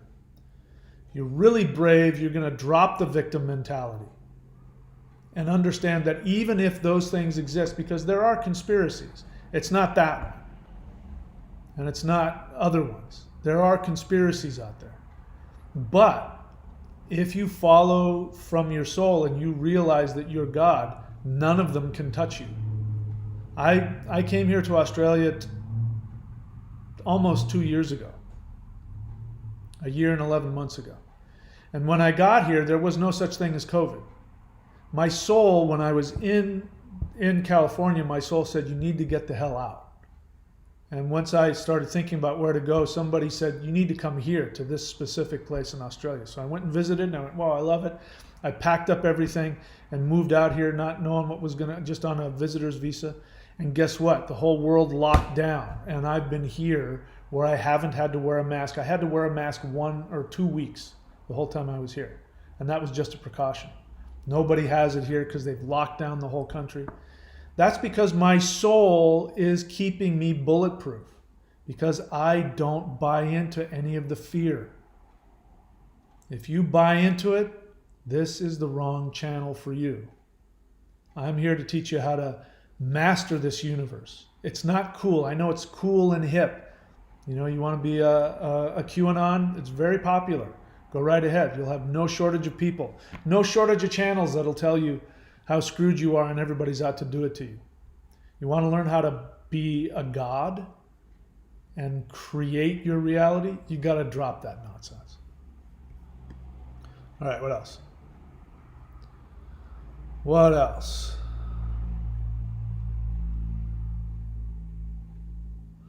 Philosophy, spelled with a C, C-O-P-H-Y, so philosophy of darkness, is telling me that I don't know what I'm talking about.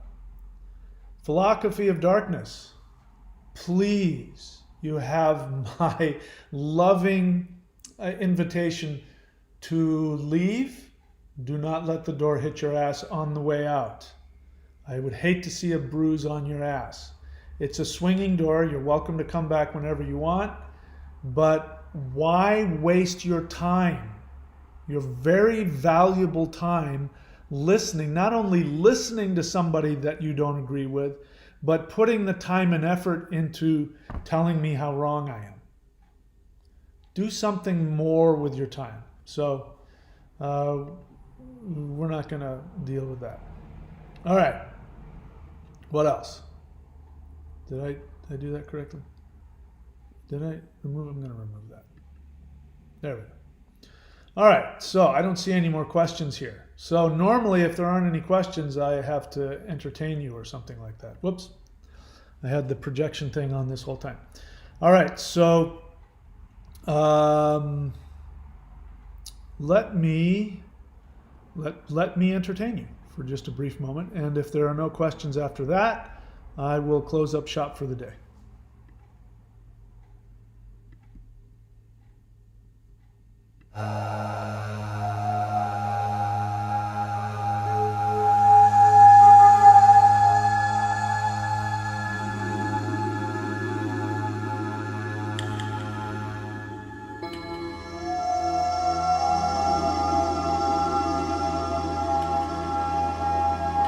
Hi, I'm Michael Denny of SpiritTao.com, and this is Celestial Negung Part 1. Celestial Negung means that this is power that is descending from heaven. And the idea is that we are all microcosms of the entire universe. You are the entire universe, and everything around you is simply the projection. You are looking within yourself. So when you look up into the stars at night, you're actually looking deep within your own body. When you look at the sun, the moon, the trees, the flowers. You're looking within yourself. This is Negom. And so what we're doing is we're simply releasing that infinity from within us. You are tapping into and releasing the power that is within our own body, our own cells, our own organs. So one of the reasons that I'm making this DVD is in the hope that the essence and the spirit of the teaching of the Shang Qing arts can be taught to the world at large, and it is my hope that the core essence of what the Shang Qing tradition is will continue to live and grow and evolve. As we move on into the Aquarian age, everything is changing. I don't need to tell you that. The entire world is changing, and what we are seeing now is that if people hold on to external things, they are very challenged in life. And those who are making the transition into the next phase that we are moving into in the world as we approach 2012, those who look within and find their source of strength from within, those are the people who are getting the most out of life and will make the transition into the next phase of evolution most comfortably. It is my belief that the Shang Qing tradition is one method whereby human beings can evolve into the next level of being in the most comfortable fashion and be able to take advantage of the rapid, energetic, mental, and spiritual changes that are going on in the world today.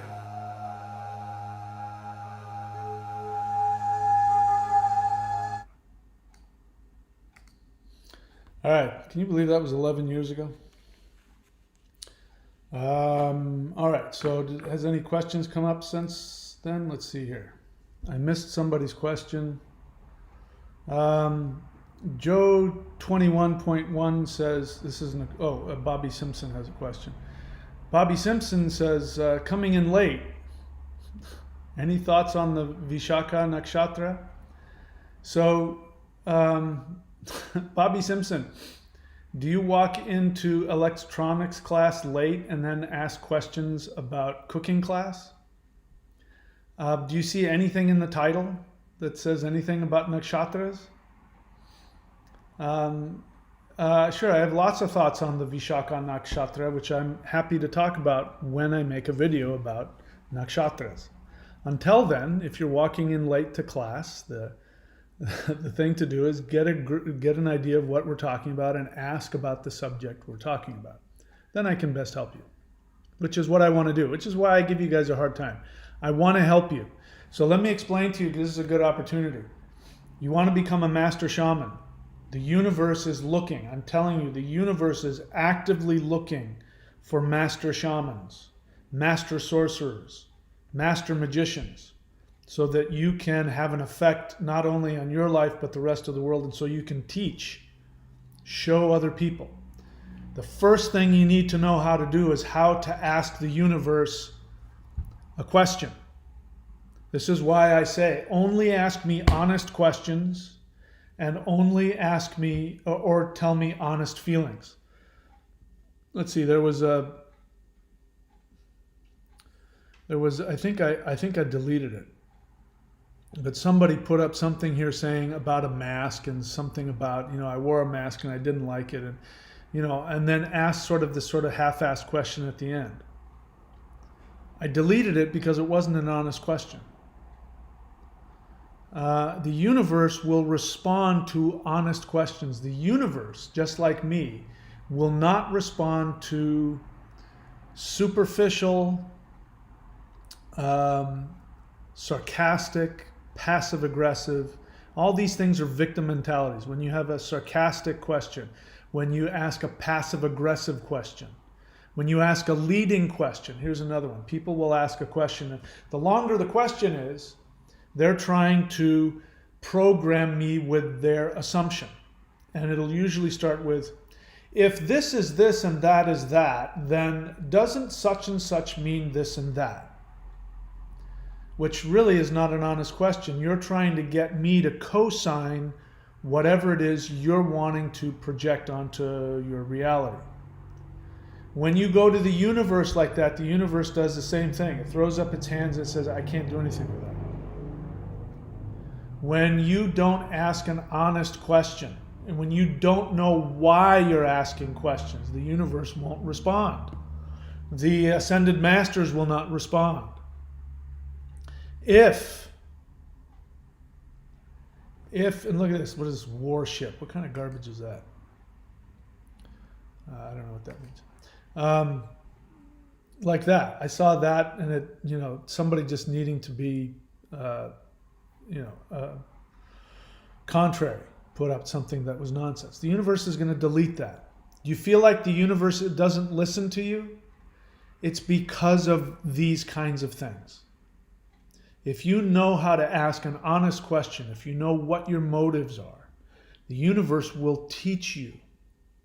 The universe will teach you everything you could possibly imagine. The universe will give you every power and ability you can possibly imagine. But you must be authentic. Authentic means, like I say, pay attention, put effort. It means to know what your unconscious agenda is. People who come onto the channel and drop comments without me even talking about it, about why the COVID vaccine is trying to put microchips in you. They have an agenda. Their agenda is that they feel unloved and unheard. That's why they want to keep talking about why they're victimized and why you have to be careful of those who are going to victimize you and why they latch on to every possible conspiracy theory that comes down the pike and reject every logical scientific explanation. Now, sometimes scientific explanations are wrong. Just to be, I haven't taken the COVID vaccine. I don't have any plan to do it in the near future until I absolutely have to and until I've looked at it. But you know what I mean? I'm able to look at things objectively. This is why people, flat earthers, when they come to you with all of their evidence, and they'll give you all their pseudoscience. None of them are scientists, of course. But they'll come to you with all of this pseudoscience and they'll try to explain why the earth is flat. But all I have to do is go, but here's a video of a guy walking on the moon. They have a very convenient response. Oh, that's fake. Because they have an agenda. What is their agenda? The flat earth agenda is they're lying to us. The flat earth agenda isn't, I want to know what objective truth is, because in the flat earth agenda, there is no one scientific model. There's 4 or 5 different theories about why the earth is flat and why this can't happen. There's no through line. Because what binds them together is the narrative of they're lying to us. So I already know that your unconscious agenda is that you want mommy and daddy to love you. That your mom and dad didn't listen to you. That your mom and dad, you felt, were manipulating you and lying to you. And that's so deeply ingrained into your story that when you become an adult, somebody comes along and says, did you know that they're lying to you about the moon landing? You get hit with this, that's right, people in authority lie to me all the time. Tell me more. And then you have an agenda. That's what I mean by an agenda. The agenda is, it's an unconscious thing within yourself. So people, every single one of you who believe that the COVID vaccine is a hoax, that it's intended to put non-existent microchips in you, or those of you who are flat earthers, I already know that what's underneath that is deep pain, deep loneliness, deep sadness, rage, because you felt unseen, unheard, unloved. And you're going to express that by rebelling against the system and people in authority. If you're not educated and you haven't taken any science classes, or you're not, if you don't know what the word nanotech means when you're talking about biology as opposed to technology, then you don't know the difference between a microchip and a protein. And you don't want to know, because it doesn't serve your victim mentality. So that's why it's always good to ask an honest question and share an honest feeling. What else? Fim Sample. Here we go. I missed Fim Sample's question. I purchased the Lightning Qigong subscription yesterday, and I want to ask, when should I do the secret mudra and celestial Negong if I'm doing the Lightning Qigong, before or after? You can do both. The great thing about the Maoshan mudra is that it's an all-purpose mudra. So that's why I didn't tell you exactly when or how to do it. That's a great question, by the way. It means that you're paying attention, because you know there's some things you should do at the end of the practice as opposed to before. So that's a very good question that you've asked. But the mudra itself will open up the heart center. So there are times when you don't want to do the mudra. For instance, if you've done the Lightning Qigong or if you've done the Maoshan and you're full of energy, like you're already just feeling super buzzed and empowered, then if you do it, only do it for a couple of minutes maximum, because you might burn out a circuit. The power will become so intense. If you want to stimulate the power before, the heart center power, the lightning power before, do the mudra before your exercise. Spend 3 or 5 minutes. If let's say you don't have time to go through your whole Maoshan 5 elements or your whole thing, you've got 10 minutes and you got to go to bed because you have to get up in the morning, then do the mudra for 10 minutes before you go to bed. When your meridians and your nervous system gets to the point where it can handle the power, then you can do your whole practice and then finish up by doing the mudra. I'm doing everything that I can not to do the mudra. Do everything, afterwards. Then you can spend as much time as you want in the mudra to empower it. You really want to go deep, but that's after you've opened up the meridians. So that's why I haven't told you what or how to do it. This is now your mudra, and it is your bat signal to the Maoshan masters. When you do it, it's like that.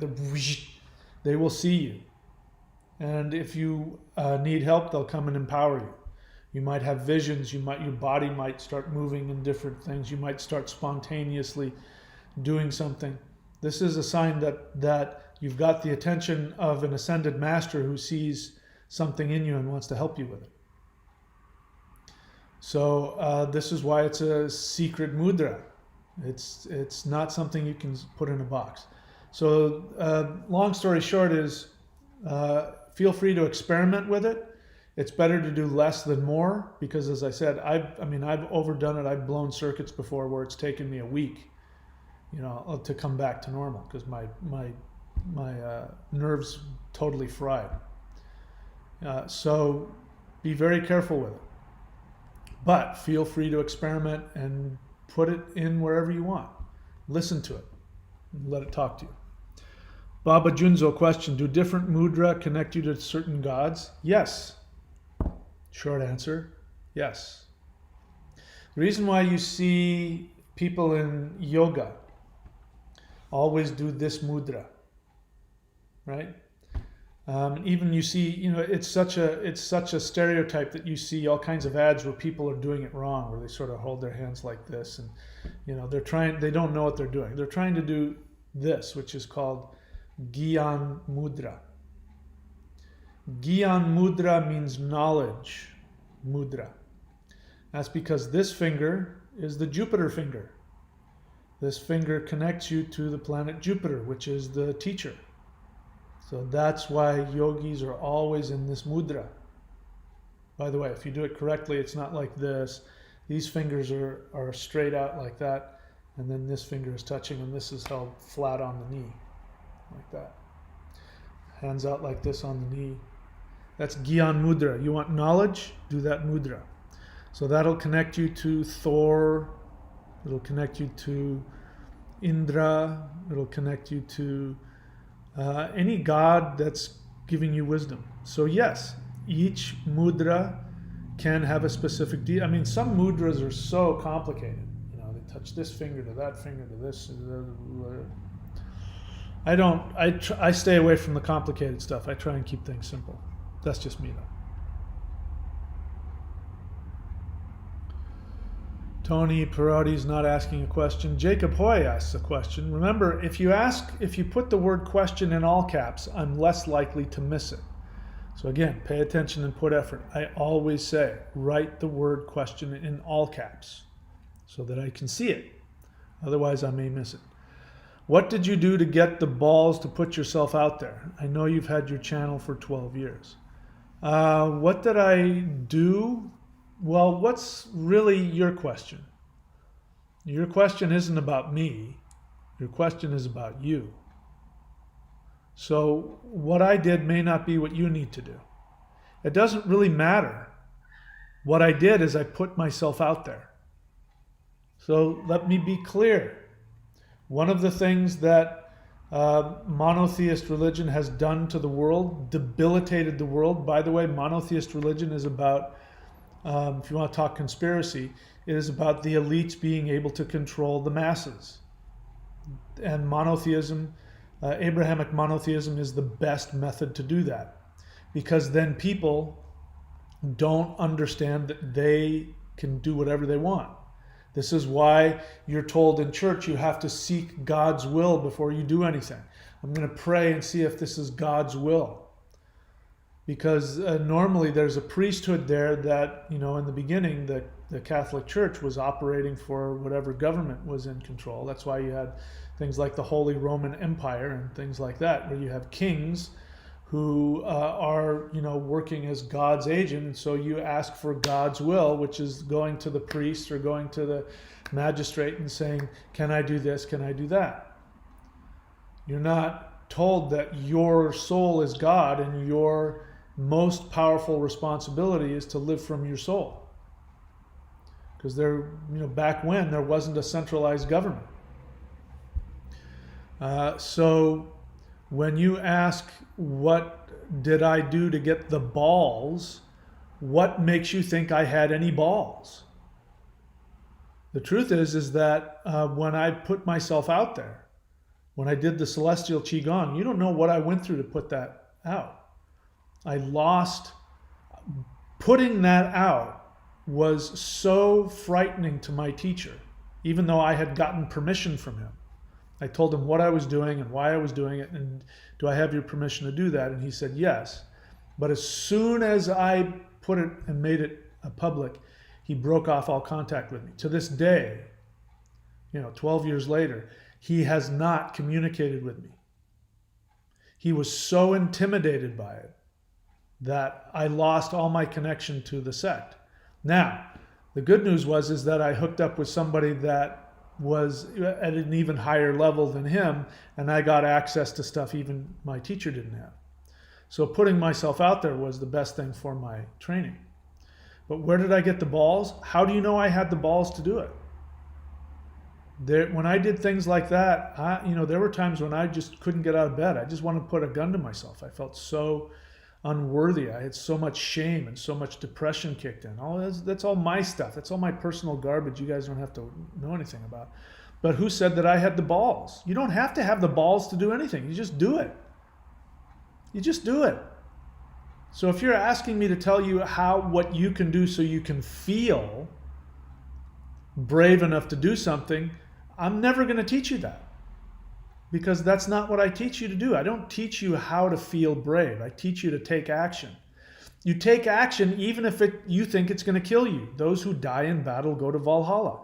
When you're standing on the front lines and there's these Vikings and they have to go fight against the Roman Empire, the guy standing on the front line doesn't say to the guy next to him or the general or the chief and say, hey, you know what? I just don't feel like I've got it in me today. I'm not feeling really confident. That Roman line looks pretty impenetrable, and those guys are mean looking. And I've heard I just don't have the balls to do this today. So I'm going to go and I'm going to go back to the village and I'm going to fuck your wife. And so I'll come back. He's going to get killed right on the spot. That guy's going to turn around and put a knife right in him, because he's going to infect the whole rest of the line. Everybody there has to be willing to die. You have to be willing to take action on what scares you the most. So I can't answer your question, Jacob. I don't wish you to be afraid. I'm not wishing that on you. But if you're doing what your soul wants, you will, at some point, have to make a decision to take action that is the most frightening thing you can think of. And you have to be willing to die for your actions. It's about the universe. Remember, here's the rule. Your assumptions, not your feelings, because you're talking about a feeling. Having balls is a feeling. Your assumptions are not your feelings. Your assumptions are what you choose to believe about the universe, whether you believe it or not. I'm telling you, you're the most powerful being in the universe. You don't have to believe it to be true. But if you accept that assumption, that changes your options. Now you have unlimited options. You can do anything you want because you're God. The only question is, are you connected to what you really want? That's the only thing you have to determine.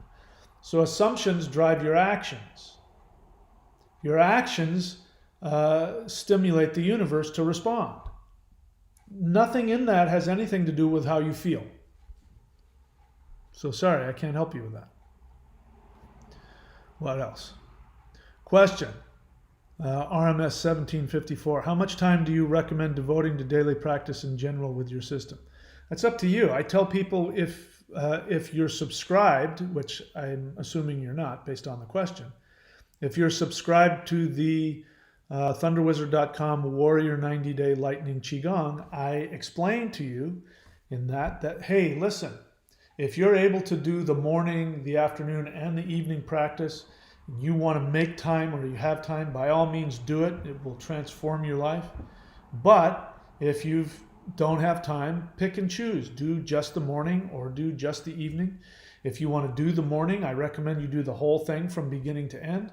But I also know, I'm smart enough to know that many people will pick and choose and do it out of order or on purpose or wrong. So I have to make sure that whatever I teach can be done at whatever level in any order, and it won't hurt you. There are some things, if you do it out of order, you'll damage yourself.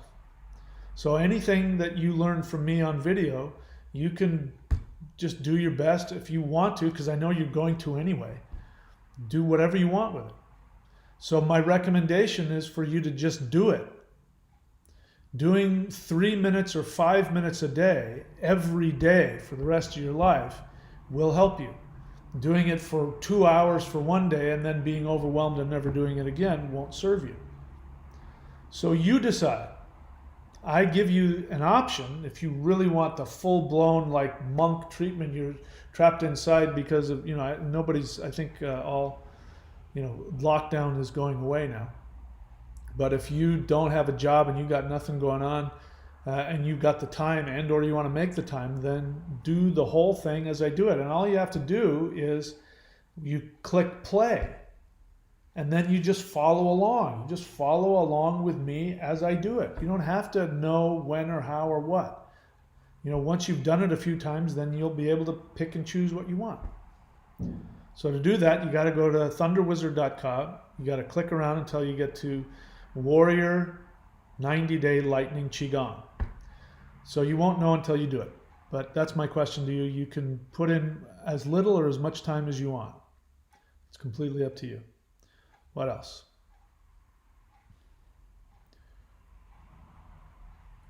Tony Perotti, if you have a question, write the word question. And ask an honest question.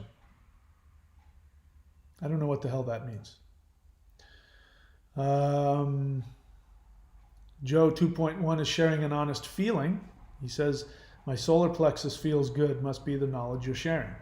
I'm biased, but I would tend to agree with that. My body functions like that as well. My body tells me when something is good for me, and I can feel it. Now, if you've learned how to listen to parts of your body that you can trust, if it's your solar plexus, then I would listen to that. T-Dan question, if I want to worship Tyr, what direction should I face and ritual can I perform? I'm asking because Jupiter is my Atmakaraka. Well, here's what you may not know. This is some of the strange things that happened when the Germanic tribespeople interacted with the Romans. There ended up being some kind of confusion. Anyway, I won't get into that. So Jupiter Jupiter is the Roman god of lightning, the head of the pantheon.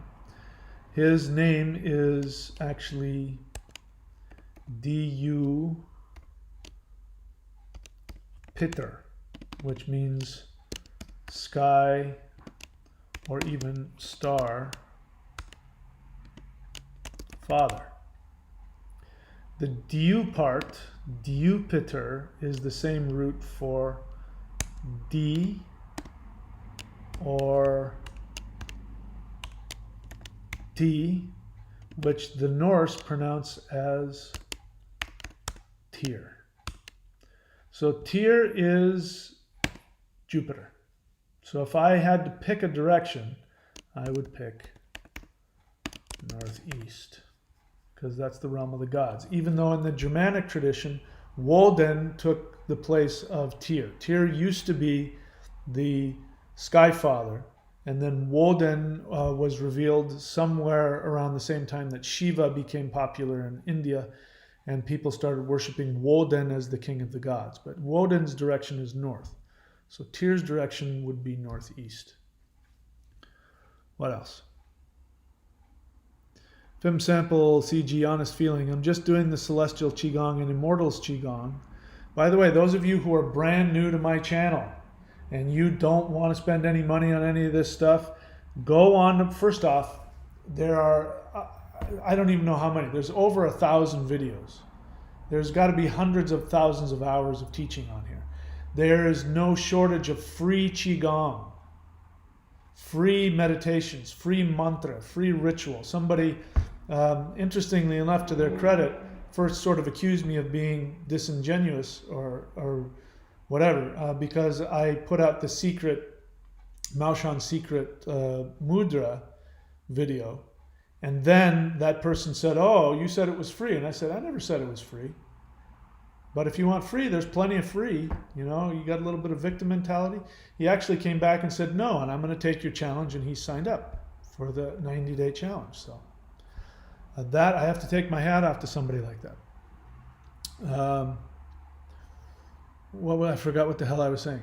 The Immortals Qigong. So go on my channel, put some effort into it. If you don't know how, you can go onto my channel. You can click around on find my playlists, put some time and effort into finding my videos, and look for the, I think it's the Summoning Immortals Qigong. Something like that. You'll see it in there.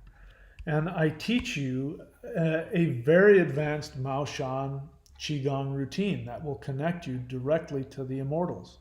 I did that on purpose because people hear me talking about it, and I'm like, you know what? I'm just going to give them one of the most powerful ones there is so that they can feel the power of this thing. So I put up or shut up. So if you want to find out what the hell I'm talking about, and if you want to find out if this thing has any power to it, then do that. This person says, I'm just doing the Celestial Neigong and Immortals Qigong, and I realized today that small calluses fell from the bottom of my feet. And I realized you mentioned a guy who experienced that. Yeah, there's a lot of people that happens to. And that's because when you release the lightning, which is in your heart, remember there's 3 energies, and most people, this is why this is esoteric, this is why the Maoshan were considered to be sorcerers and black magicians, is because they had a power that nobody else could tap into. And they would say, oh, those guys are getting it from demons and evil spirits, which is the exact opposite. But you have Chi, which is life force energy, breath energy. Then you have Kundalini, which is the psychological energy that your spirit uses to merge with your human mind. That's what Kundalini is. A lot of you didn't know that. And then there's a third energy, which is the heart mind, or the lightning fire of the heart. And that can only be accessed if you know what meridians to stimulate. Now, the Immortals Qigong looks like any other Qigong, except that you're stimulating secret meridians that don't normally get stimulated, and you're releasing this lightning energy, which goes into your whole body. And one of the things that happens is that, my hands are really soft. Even though I lift weights and even though I'm 57 years old, especially like if I Like I've 18-year-old, 20-year-old girls will touch my hand and go, "Oh my God, your hands are so soft. My dad's hands are really rough, but your hands are so soft." And it's not because I don't use them. I mean, I lift weights. I'd have calluses all over my hands if it were that. The energy goes into the skin, the palms and the soles of the feet, especially, because that's where some of the biggest meridians are. And when you do this, people start, they'll wake up in the morning and calluses just fall off their feet. Calluses will fall off the hands. And you don't have to take my word for it. Go do the practices. I give them to you for free and find out for yourself. What else? Joe 21.1 question. How do I get out of the reptilian brain when it feels really active, like you're being controlled unconsciously? Who said you have to get out of it? You're not listening. That's okay. Nobody really hears this the first time around, or 10th or the 20th. You're talking about a feeling. You don't have to have a certain feeling or mindset. You don't have to get out of anything. In fact, what I want you to do is to feel it. Go right down. Reptilian brain, I feel this. Fight or flight. There's two basic actions of the reptilian brain. One you've heard of, which is called fight or flight. And this is mostly what men do. Men, this is mostly a masculine, although women do this as well. This is a masculine response. And that's, you either want to kill it or you want to run away from it. Or you want to fuck it. Those are the three things. If you're in your reptilian brain, those are the three things. There's nothing wrong with that. When you're driving down the freeway and somebody cuts you off, your fight or flight response kicks in and you swerve out of the way and you scream, "Ah!" That's your reptilian brain doing its job. It's supposed to do that. There's nothing wrong with that. The other reptilian brain response to, and again, this is a response to stimulus. So you say you're in your reptilian brain. So become aware of how reactive you are. That's all you have to do. You don't have to get out of it. Stop trying to get out of things. Stop trying to stop feeling things or getting over things. That's not how this works. The other aspect of the reptilian brain is to, fight or flight, or tend and befriend. That sounds good, doesn't it? This is more of the feminine response. So to understand this, we have to go back to caveman times. There's no police out there. There's no structures, protecting you. There aren't rules of the road. There's just, you're in your cave with your people, and then there's a guy and his people over there in another cave. Maybe they're a different species than you. Maybe they're Neanderthals. We don't know, but they speak a different language. Who knows what the hell? And you guys both want to eat those buffalo out there on the field. And so there might come a point where you're going to come to blows with those guys. So you have to make a decision. So the males, stand out in front of the cave and they decide, okay, everybody pack up and leave. Those guys are, there's 3 times more of them. They're starting to, hit bones with sticks, and we need to get the hell out of here. So they're going to flight. Or they're going to go, you know what? If we don't secure ourselves here, we're going to starve to death. So they fight. Fight or flight. Then there's tend or befriend.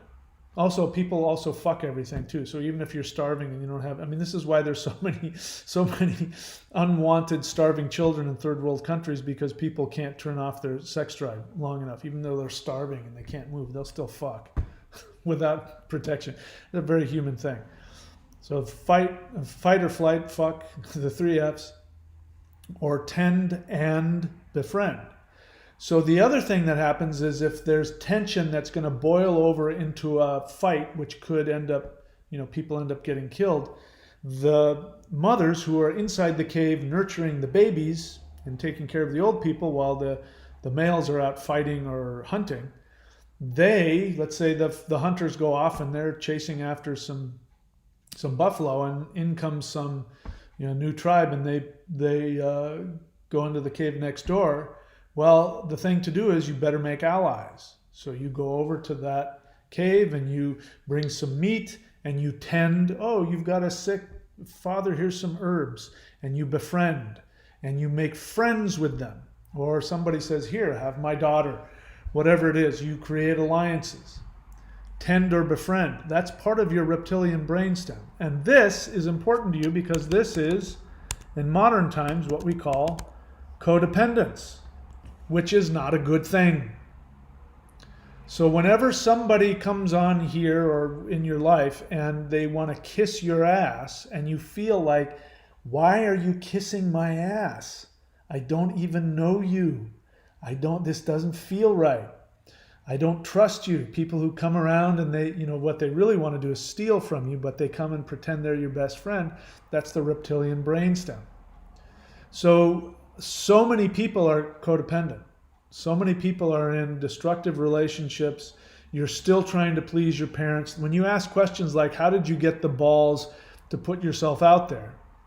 I already know that you weren't empowered enough as a kid, or you reacted as though you weren't empowered enough as a kid, and you're still trying to please your parents who told you you're supposed to be, you're supposed to be whatever it is. You're supposed to be a coal miner like your dad, and you don't want to be a coal miner. You want to go be a ballerina. And everybody at the bar in your coal mining town laughs at you, and your dad says, what a pussy you are. Why are you doing that? Get the hell out of my sight. And so you want to please daddy. And that fear that comes up, because think about it. You're asking me, how do I put myself out there? All I did was I put out a video. I mean, in terms of real risk, there's no real risk. I just put out a video. It didn't cost me any money. I put some time together and I put it out there. The risk was the feelings that I had about that, the feelings I had about being rejected by my teacher, the feelings about what are my family going to think if I'm putting myself out there as this shaman teaching Qigong? What are my friends going to think? Those are the feelings that were coming up, and those feel like they're going to kill you. That's tend and befriend. That's codependence. You want other people's love and approval more than you want to follow your soul. That is not something to beat yourself up about, because there's a very real survival mechanism in there. In caveman times, if everybody isn't your friend, you're fucked.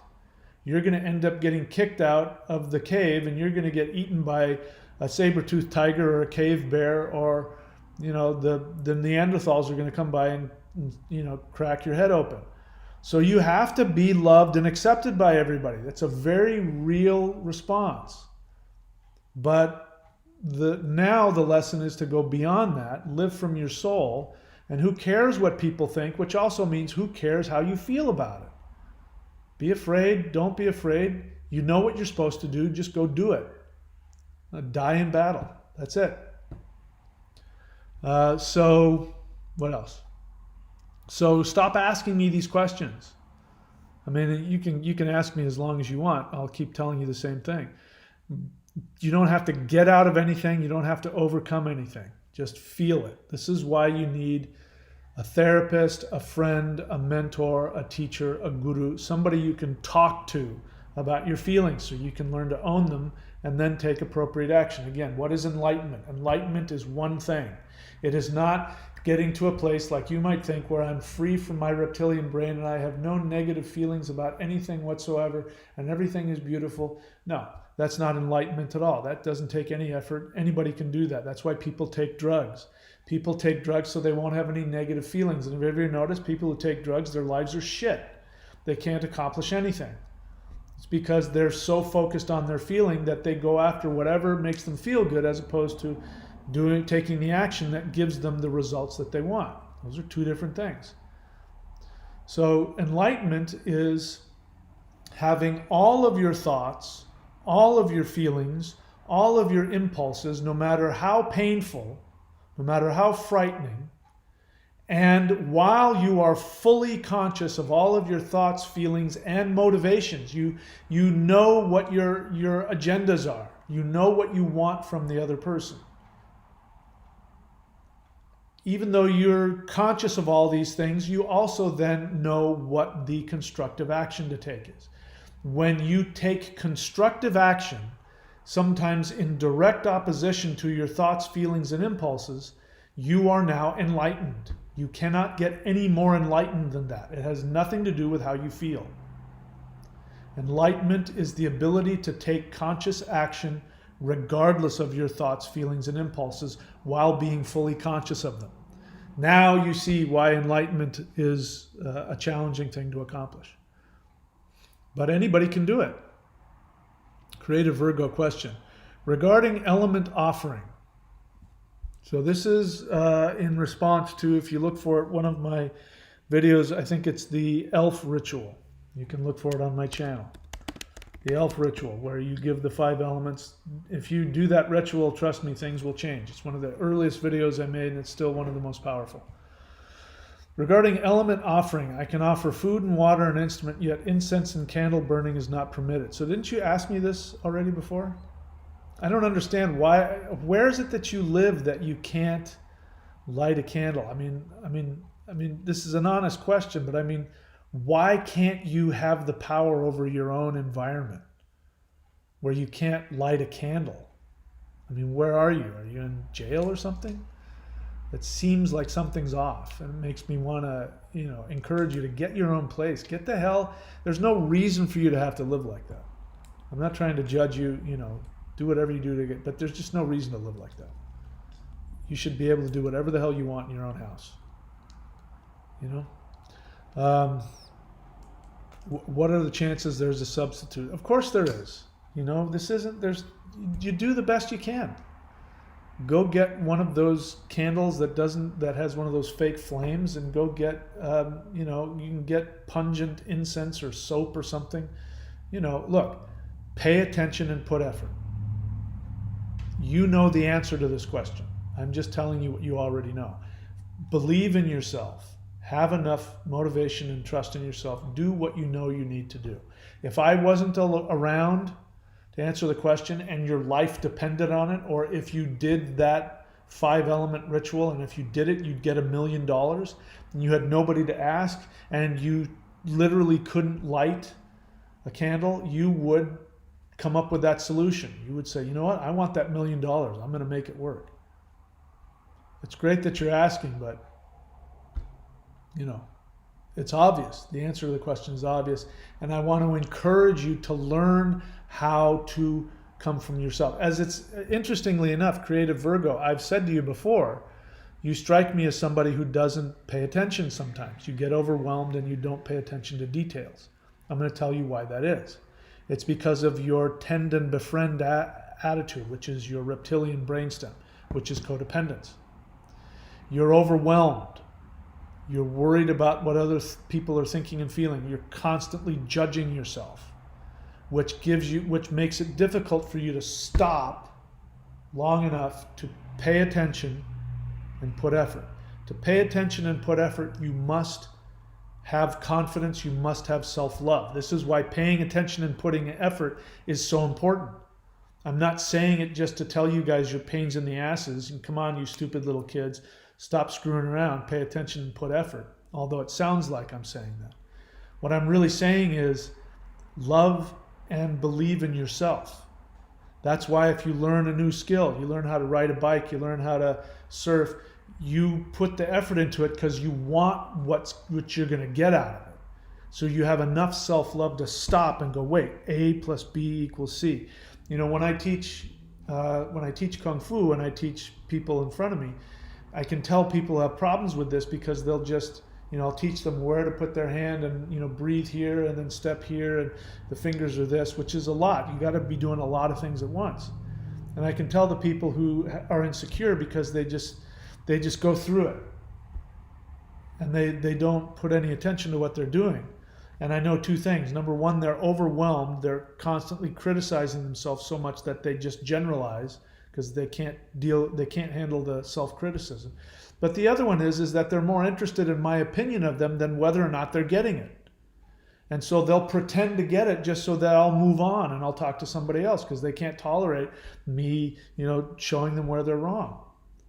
And so they've lost the whole point, which is this is here for me. If I get this right, I'm going to get all this power. They've lost that. They're just like, okay, I'm just going to fake it through because and it's happening on such an unconscious level, they don't even know they're doing it. They think, why is he being so, and they give me excuses. Same thing like if I teach drumming. And drumming is very specific. You got to get the right notes at the right time, and the timing, and it's hard. And so when people will miss, and I start to point out after the song, okay, so I've heard you doing this, and then they start justifying what they're doing. Well, yeah, but that's because, and they, it's like, wait, hang on. We're here to play a song. It doesn't matter. And they get upset. They want to tell me why they couldn't hit the note. And it's, look, I don't care. It's a song. You have to play it a certain way. I'm telling you how to do it. Why are you arguing with me? Do you want to learn it or not? And then they end up leaving. It's because they can't tolerate their own internal self-criticism. They can't stop long enough to do the most uncomfortable thing. They can't tolerate being wrong. Because where they grew up, they got shamed for being wrong. Now, it looks like I'm shaming you for being wrong. I'm not. I want you to get it right so that you can experience the power. So sometimes I tell you, knock it off. Come on. Stop screwing around. Do it. Only 12 more repetitions. Come on. You can do it. Right? So creative Virgo, what you've just shown me is that. I appreciate the question. You were right to ask it, but you already know the answer. Listen to your soul. Fem sample CG, let's see. Okay, Baba Junzo question, where'd that go? Baba Junzo question, are idols depictions of the actual deity, or rather what you wish to be transformed into through devotion of the deity? Who said it had to be one or the other? Why can't it be both? So do you know that statues originally didn't exist? In the Vedic tradition, like I'll show you a deity right now. This is a deity. That symbol is a deity. This is what yantras are.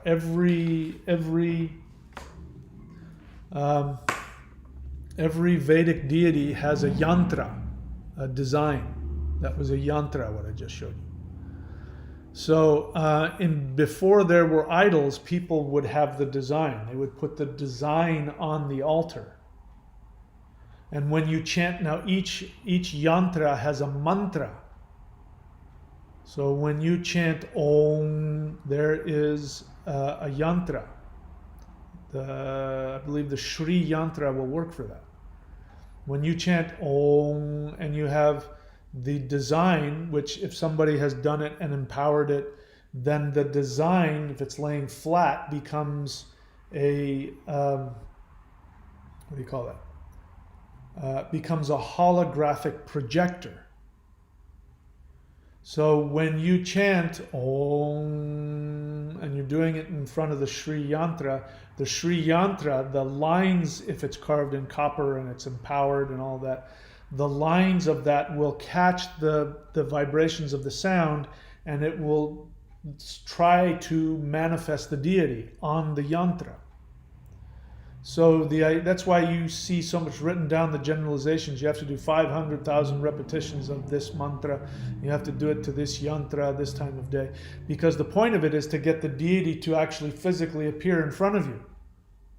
When you can do that, which back in the day people had were better at doing that, they would do it until the deity would appear in front of them. Like the yantra is the landing pad, the projection pad, and the deity would be there, and then the deity would say, "What do you want?" And the deity had to give you whatever you asked. This is exactly what I'm talking about. The deity is something within you. Is a power within you, and when you perfect that mantra to the point that it appears, it means you have pulled that power out of yourself, and now you've mastered it. And when that deity says, "What do you want?" you have the power now to tell that infinite power within you to go rule the world or give you $1 billion or whatever it is.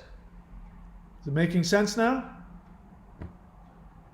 So it doesn't have to be one or the other. Now you have an understanding where mantra and yantra and why it's so important to know which mantra to do, which direction to face, is in your chart, which deity and planet are working. That's why all this stuff needs to be understood if you want real results, which all comes down to paying attention and putting effort, right? Abhinav Paravesh. Question: are you European, pagan, or Hindu Sanatani? What difference does it make? How does that help you? I ask for honest questions. What size shoe do you wear, Abhinav? I don't care. I'm a human being, and so are you. So let's drop all that nonsense. It means nothing. The only thing that matters is, am what I telling you right now, is it helping you? Is it giving you power and knowledge? Because let me tell you something, I've been everything. I can remember past lives, I can remember being Chinese, I can remember being Neanderthal. I've been everything, I've been everybody. And so have you. So drop all that nonsense. We're all part of the same family. This is syncretic knowledge. What my job is to do, what I've been called to do, is to find the science of spirituality that is in all different cultures, and to be able to pull out the truth that they all share, which is a science, and bring them together, and they've never been brought together before. So that's why I'm bringing together Kundalini, Chi, Heart Mind. These are things that have been separate, but now the gods have said, we're now going to create this new, most powerful of disciplines. And I'm one among many who are doing this. So who gives a crap? It means nothing. What else?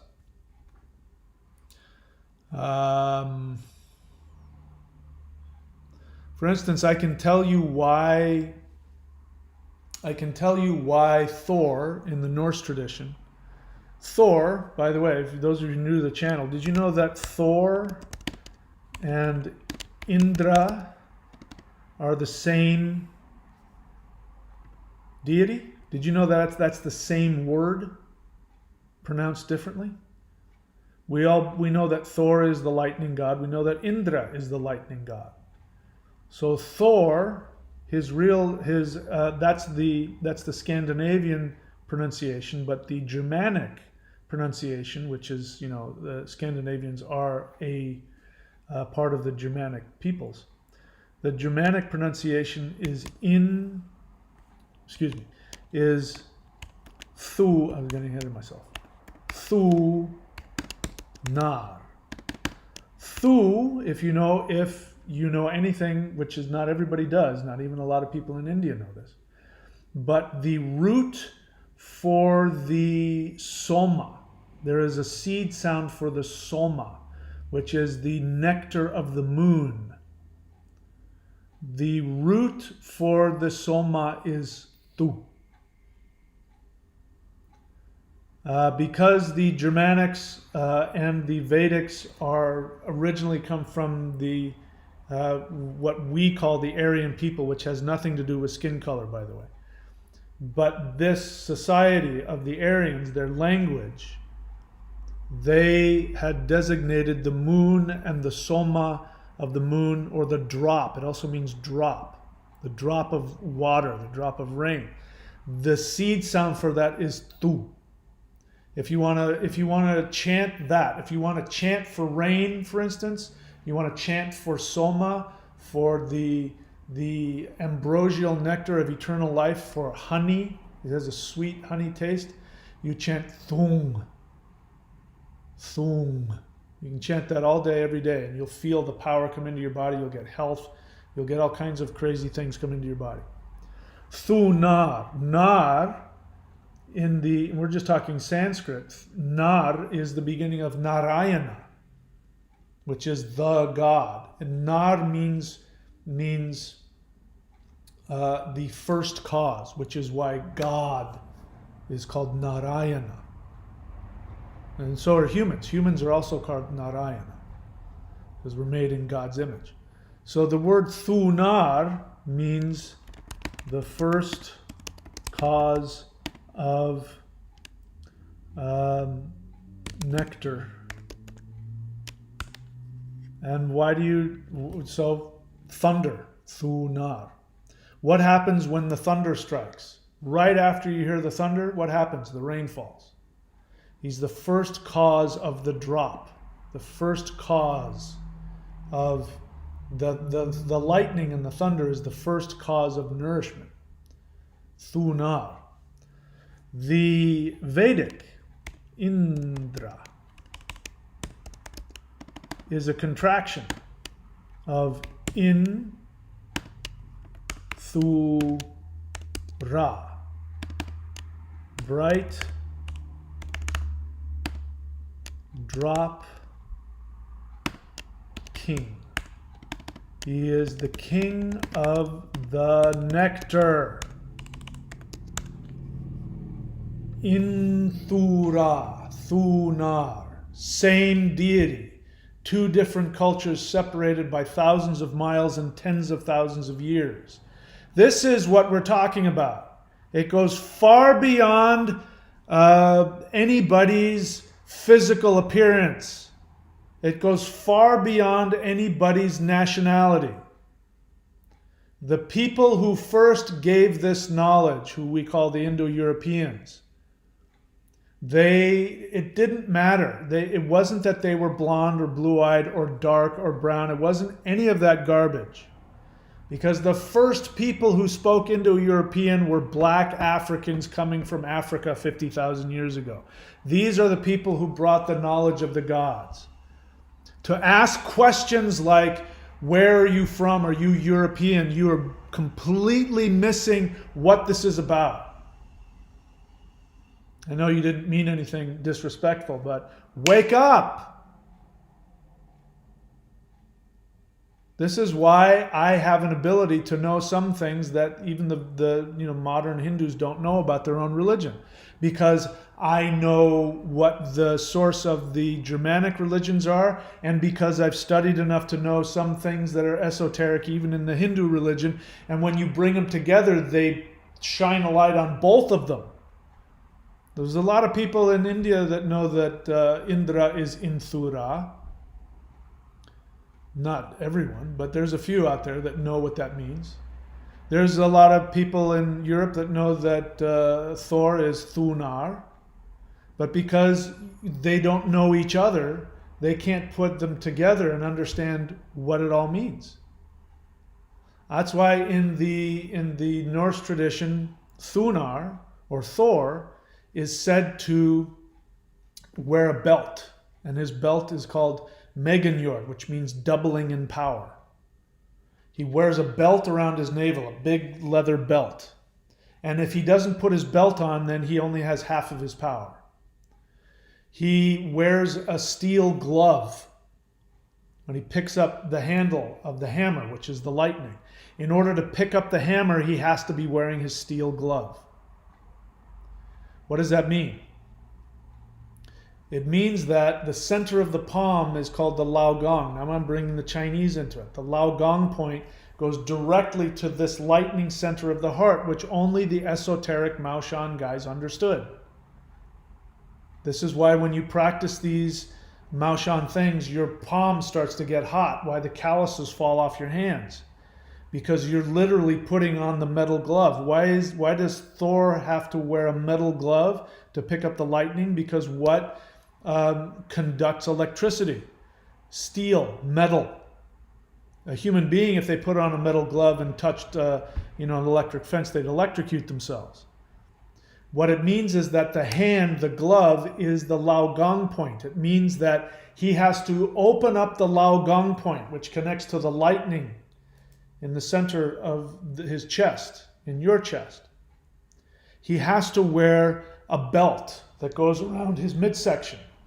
When you look at yogis, what do? They wear these belts around their midsection. When you go watch Chinese Kung Fu guys in their traditional dress. They have sashes around their midsection. When you look at Europeans in Middle Age times, they have these sashes around their mid-chest. They're not their mid-chest. Their midsection. In the mythology, the wizard who knows how to tap into the lightning center of the heart, and he understands qigong. By the way, if you unearth 2,000-year-old carvings and paintings in Scandinavia, you will find shamans in full lotus meditating. They're not yogis. They didn't travel to India to learn yoga. They knew it. Christians got them to get rid of it. It was secret knowledge that they had. The shamans knew this. So they came up with these mythologies. Thor wears a belt. And then, people who aren't wizards, who aren't yogis, go, oh yeah, Thor wears a belt. It doubles his power, and it's this cool, fun cartoon for them to listen. It helps them unconsciously, but they don't understand what it means. And then the wizard takes his students aside and says, that's why you wear a belt around your midsection, because in order to tap into the lightning power and the chi power, they called it ond. In order to tap into the ond, you have to gird up your midsection. That's why you wear that. That's why I teach you how to tie the thing around your midsection. It's Thor's belt. Then they talk about wearing a glove. He takes them aside and says, Thor doesn't wear a glove. I just have to give it a symbol because this part of your hand connects to the lightning here.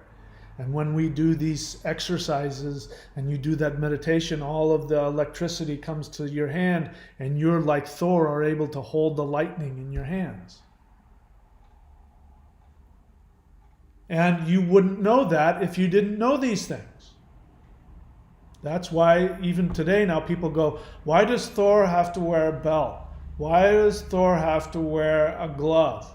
Because they don't understand, because the original teachings have been lost. They've been lost because the Christians came in and guilted people out of it with Jehovah and all that crap and told people to stop doing that. It was evil.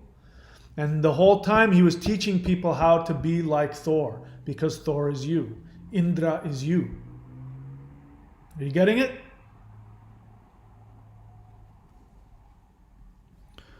All right. Where were we? I don't remember now.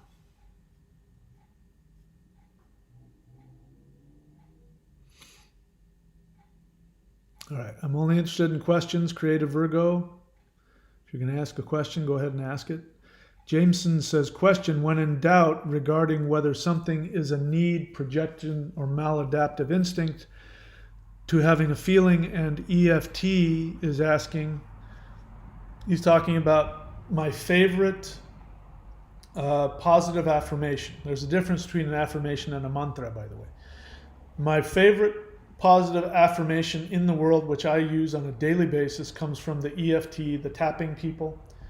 And they say, even though I have this feeling, I'll write it down for you, because memorize it. Even though I have this feeling, I thoroughly and completely accept myself.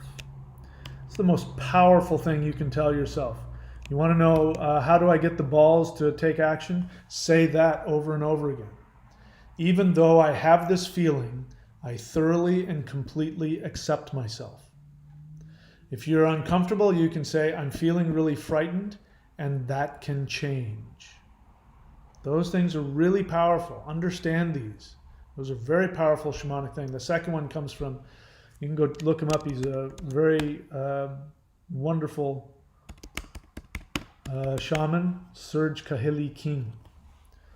You acknowledge the problem, you don't deny it, and then you say, and this can change. Very powerful. So when in doubt regarding whether something is a need, projection, or maladaptive instinct to having feeling, and EFT is asking, what action will in this moment contribute to my soul? A possible way to discern contrary action. All right, again, my friend Jameson, I appreciate your questions. You do tend to overthink things, but that's, I know, because of the way you've been programmed. You're constantly questioning yourself, and you've been so damaged, forgive me for saying so, by your upbringing that you can't sometimes tell honestly what an authentic feeling is. So that's okay. You will learn. You are learning based on the action. By the way, this guy has taken amazing actions in his life, stuff that most people wouldn't be able to do. And it's not because of anything other than, again, you just do the work. Just follow my instructions, and I guarantee you your life will change. Not because there's anything special about me. It's just you do the work, you get the results. I had to learn it just like everybody else. So again, the question is, again, it's if it's too much, if you have to put it in 2 or 3 questions, there's too much thinking going on, which is thinking is getting away from your feelings. Stop trying to figure them out. You don't need to figure them out. You just have to feel them.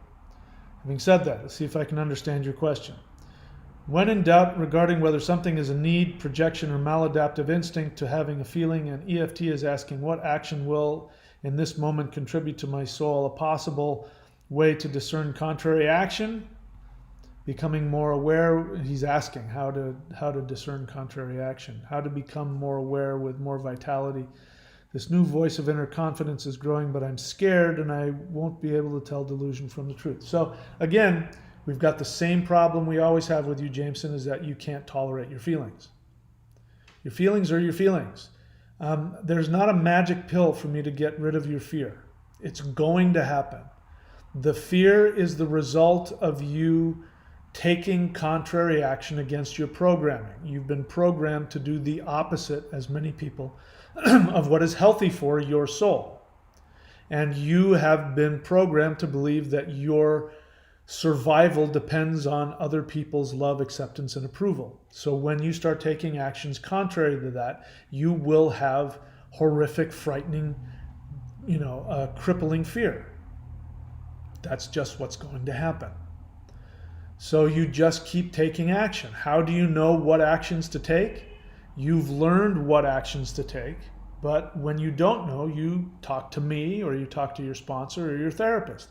And your therapist will tell you, your sponsor, if you're in a 12-step group, or your teacher, if you're an apprentice, will tell you, here's what you're supposed to do. Now, the thing is, if you trust your teacher, they're at some point going to tell you to do something that your instincts, your programming is going to tell you that's the worst thing. You should never do that. Or they're going to tell you to not do something that you think you absolutely have to do. This is when you have to just trust. And this is when you are willing to die in battle. Trusting and taking action that you don't understand, that you don't trust, that you don't believe, because somebody told you to do it, is going to be one of those do or die things. The more that you keep taking action, regardless of your feelings, the more you start creating new neural pathways in your brain, and you're going to get more and more used to doing the opposite. So again, what you're asking me is, how can I know what I'm supposed to be feeling? And you won't. There will be times you won't have the first clue what the hell you're supposed to do or what your feelings are. This is why it's a video game. You learn as you go. Follow directions, go back to basics. Ask your sponsor, what am I supposed to do today? He's going to say, you're going to get up in the morning, you're going to brush your teeth, you're going to comb your hair, you're going to take a shower, you're going to eat, you're going to go to work, you're going to go to a meeting, you're going to give me a call. And then you're going to say, what should I do? Should I stay here or should I break up with my girlfriend? He's going to say, no, your girlfriend is the best thing for you. Or he's going to say, no, you need to break up with her. You just got to learn to trust and do your best. I don't have an answer for you. I know you want me to give you the magic pill. There isn't one. You just got to do it. Sorry. Creative Virgo question. Any correlation between Thor and authority? Why are you asking me? No. You're asking me the word Thor and authority? No, there's no linguistic connection to that. Thank you for the question. What else? Nothing. That's it. Thor equals Taurus field. Again, guys, that's not linguistics. That's what 4-year-olds do. I don't even know what a Taurus field is, so let me see what the hell that is. Torus field, a field of topology. A torus is any topological space that is homeomorphic to a torus. A coffee cup and a donut are both topological tori. In geometry, a torus is a surface of revolution generated by revolving a circle in three-dimensional space. Okay. So I can't say that that's false or not because I don't know what the hell it is. So maybe you're right. So everybody who's interested in that, you can think about that. I can't say if it's right or not because, like I said, I don't know what the hell it means. And I'm a big enough man to admit when I don't know something. All right, no more questions. I guess we're done for the day. All right, so if you want to be a fantastic person, then you are going to go to thunderwizard.com. You're going to click around until you see Warrior 90-Day Lightning Qigong. You are going to subscribe. You're going to then go and scroll down until you see the first video. You see level 1, and you're going to click play on that, and then you're just going to follow me.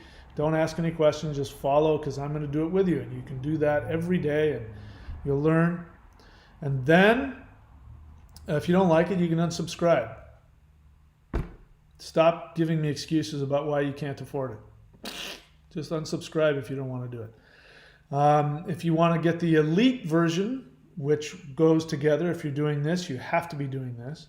You can go to maushan.thunderwizard.com. I'm about to upload the second element, which means the price is going to go up. So the longer you wait, the more expensive it gets. You're thinking, I think I should do this, but I'm going to wait. Well, the longer you wait, the more expensive it's going to be.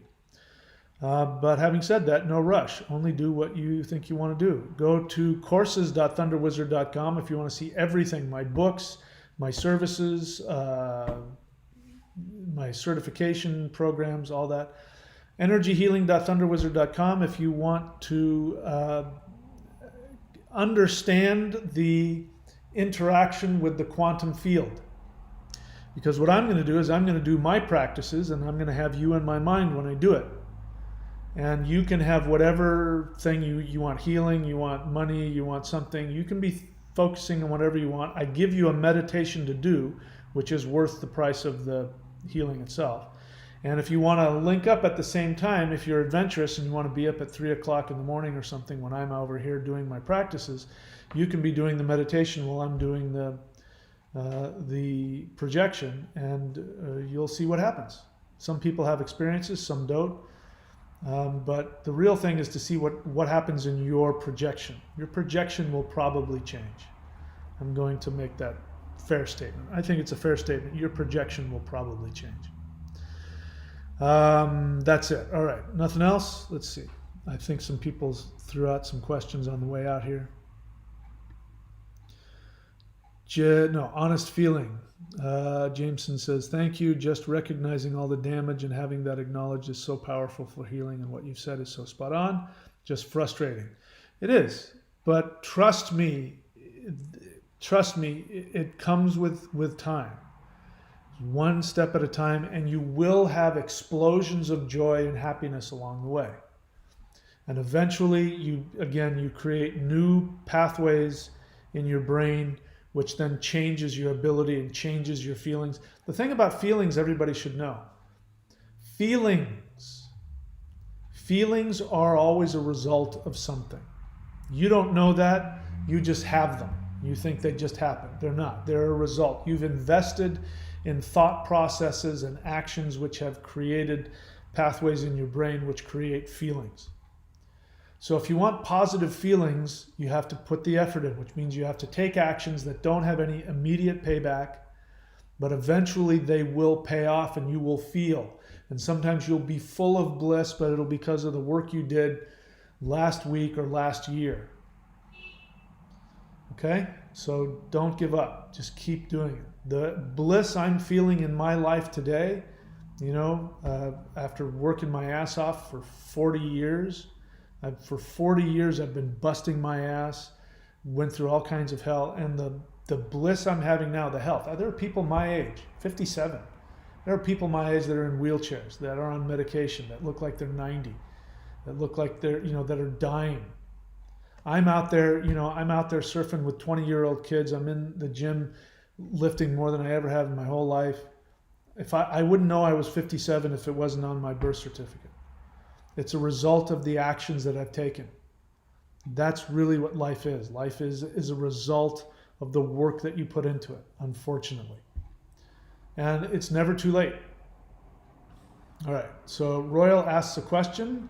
So kudos to you for following my instructions. I said write the word question in all caps. I'm not so sure that the question itself I'm going to reward you for, because you say, is Shaka Zulu equated with Thor and Indra? So first off, welcome to the channel. Don't ask me questions about things I don't teach.